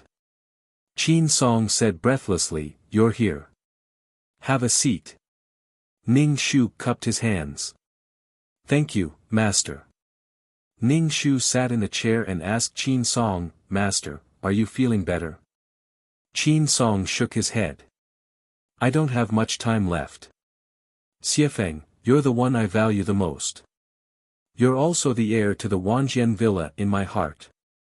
But Nianji, Ning Shu only said, "Little sister was bewitched by the demon sect." Yes, she was bewitched. She was controlled. Qin Song looked at Ning Shu with some emotion and said, "Xiafeng, promise me you'll save your little sister. I don't have much time left. I want to see her before I die." Ning Shu was speechless. "Master, don't say such depressing things. You're still in the prime of your life. How could you not have much time left? Qin Song raised his hand to stop Ning Shu from speaking. I know my own body. You don't have to say so much. I hope you can save your little sister after inheriting the Wanjian villa. She's your fiancée, after all. I know my request is a bit excessive, but she's my only daughter. I hope you can take care of her. Qin Song looked steadily at Ning Shu. Ning Shu nodded. I'll do my best to save her. Don't worry, master. Did he really think this was over? She still wanted to cause trouble for Situ Sun. Qin Yanji was just a side issue. I know you're a loyal person, Xiefeng. I'm very relieved to leave the Wanjian villa in your hands. I'm tired. I'll rest. Qin Song looked exhausted. Ning Shu cupped his hands and walked out of Qin Song's room. When he returned to his room, he found Yin Nanlian waiting for him. There was also a food box on the table. You're back. I guessed you were busy and didn't eat. I brought you something to eat. Yin Nanlian opened the food box and placed the plate on the table. They were all light dishes. Ning Shu sat down. Yin Nanlian served Ning Shu a bowl of porridge and said, I prepared all the light dishes for you. I don't know if you like them. Ning Shu thanked him. I'm used to it. Yin Nanlian propped up her chin and looked at Ning Shu like a little fangirl. When she looked at Ning Shu, her eyes overflowed with tenderness. Ning Shu felt that she had taken advantage of Chong Xiefeng. She could enjoy something that even Chong Xiefeng could not. Ning Shu said directly, I have a lot of things to do recently. You can go back to Lingyun Villa. There's no need for that. You do what you need to do. I'll keep an eye on it. I'll also prepare some food for you. I definitely won't cause trouble for you. Then she looked at Ning Shu and said, I've never understood why Qin Yanji chose Situ Sun and not you.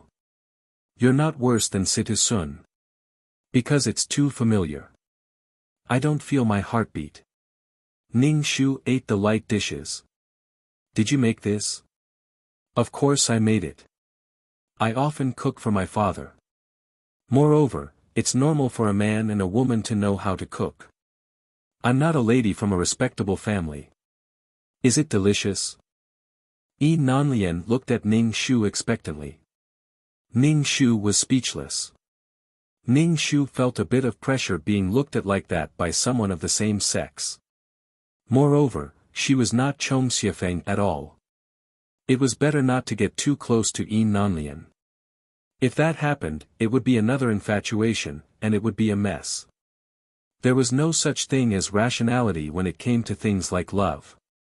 It was better to let Chong Xiefeng deal with Yin Nanlian. Moreover, she did not provoke this Yin Nanlian. It was Chong Xiefeng who used to like her. It had nothing to do with her. Ning Shu finished all the food and felt much more energetic. Many things had happened, so she did not feel hungry at all. Now that she was full, she felt very satisfied. Thank you. It was delicious, Ning Shu said. This girl was born in the kitchen and had good whip skills. Not bad, not bad. Yin Nanlian saw that Ning Shu had finished all the food she had prepared. She could not help but smile. She cleaned up the dishes and said, I'll prepare more for you next time. I'll prepare more delicious food. No need. You're a guest. There's no reason for a guest to prepare these. Ning Shu shook his head. Ning Shu always had to be patient with cute girls. It's okay. I have nothing to do. You don't have to feel burdened. Just treat it as if I'm practicing my cooking skills. You can just taste it for me, Yin Nanlian said. Ning Shu, I like it. Ning Shu knew that Qin Song's body was not good, but he did not expect it to worsen like this in just 2 or 3 days. He was lying in bed and could not get up. His face was as pale as a corpse, mixed with some green. Qin Song was going to die. Qin Song called all the disciples of Wanjian Villa to his bedside. Ning Shu used his spiritual power to check Qin Song's body. It was terrible. His internal organs seemed to be soaked in blood. Qin Song's internal bleeding was very serious. His entire stomach was filled with blood. Qin Song said weakly, "After I pass away, disciple Chong Xiafeng will inherit Wanjian Villa. When Chong Xiafeng rescues Qin Yanji, he will officially become the master of Wanjian Villa." Ning Shu was speechless. Qin Song still had a trick up his sleeve when he died. He could only become the master of Wanjian Villa after saving his daughter. Before that, he would only be a temporary worker and could not become a permanent worker. Ning Shu rolled his eyes internally. "Xiafeng, take good care of Nianji in the future."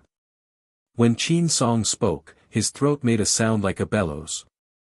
Ning Shu grunted noncommittally and stood guard by the bed. All the disciples were kneeling in the room.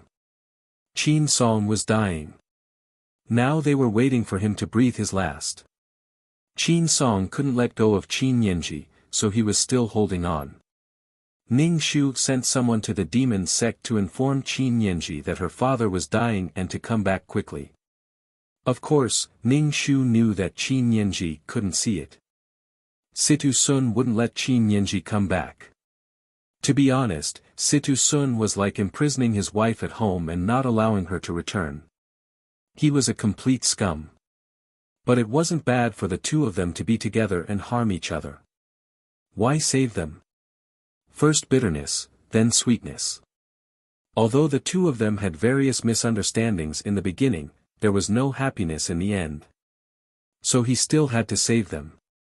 In the end, Qin Song didn't wait for Qin Yanji to come back. In the end, he couldn't even drink water and breathed his last. It hadn't been long since the wedding, and now it was only a few days before the funeral. In any case, the Wanjian Villa was in a bad mood this year. Situ Sun had come for revenge and ruined the reputation of the Wanjian Villa. There were storybooks everywhere. Ning Shu's reputation as a hero of the forest was well known. Although they ridiculed him, pitted him, and mocked him, they didn't deny that Ning Shu was an outstanding young man with excellent martial arts. Compared to Ning Shu, these busybodies were much gentler with Ning Shu. Some of the storybooks directly described Qin Yanji as a wanton woman. They also said that she had a famous weapon and so on. She was an existence similar to Pan Jinlian. There were also some pornographic books written with Qin Yanji as the main character. This kind of thing was the most interesting to the onlookers. 39/39163/L. You're tuning in to the Han Li's Wuxia Adventures YouTube channel. We're so grateful for your support, and don't forget to subscribe to join us on this incredible journey through captivating stories. Your generosity through donations truly makes a world of difference, as it's the primary source of revenue that allows me to expand and enhance this channel for you. Thank you from the bottom of my heart for being a part of this adventure.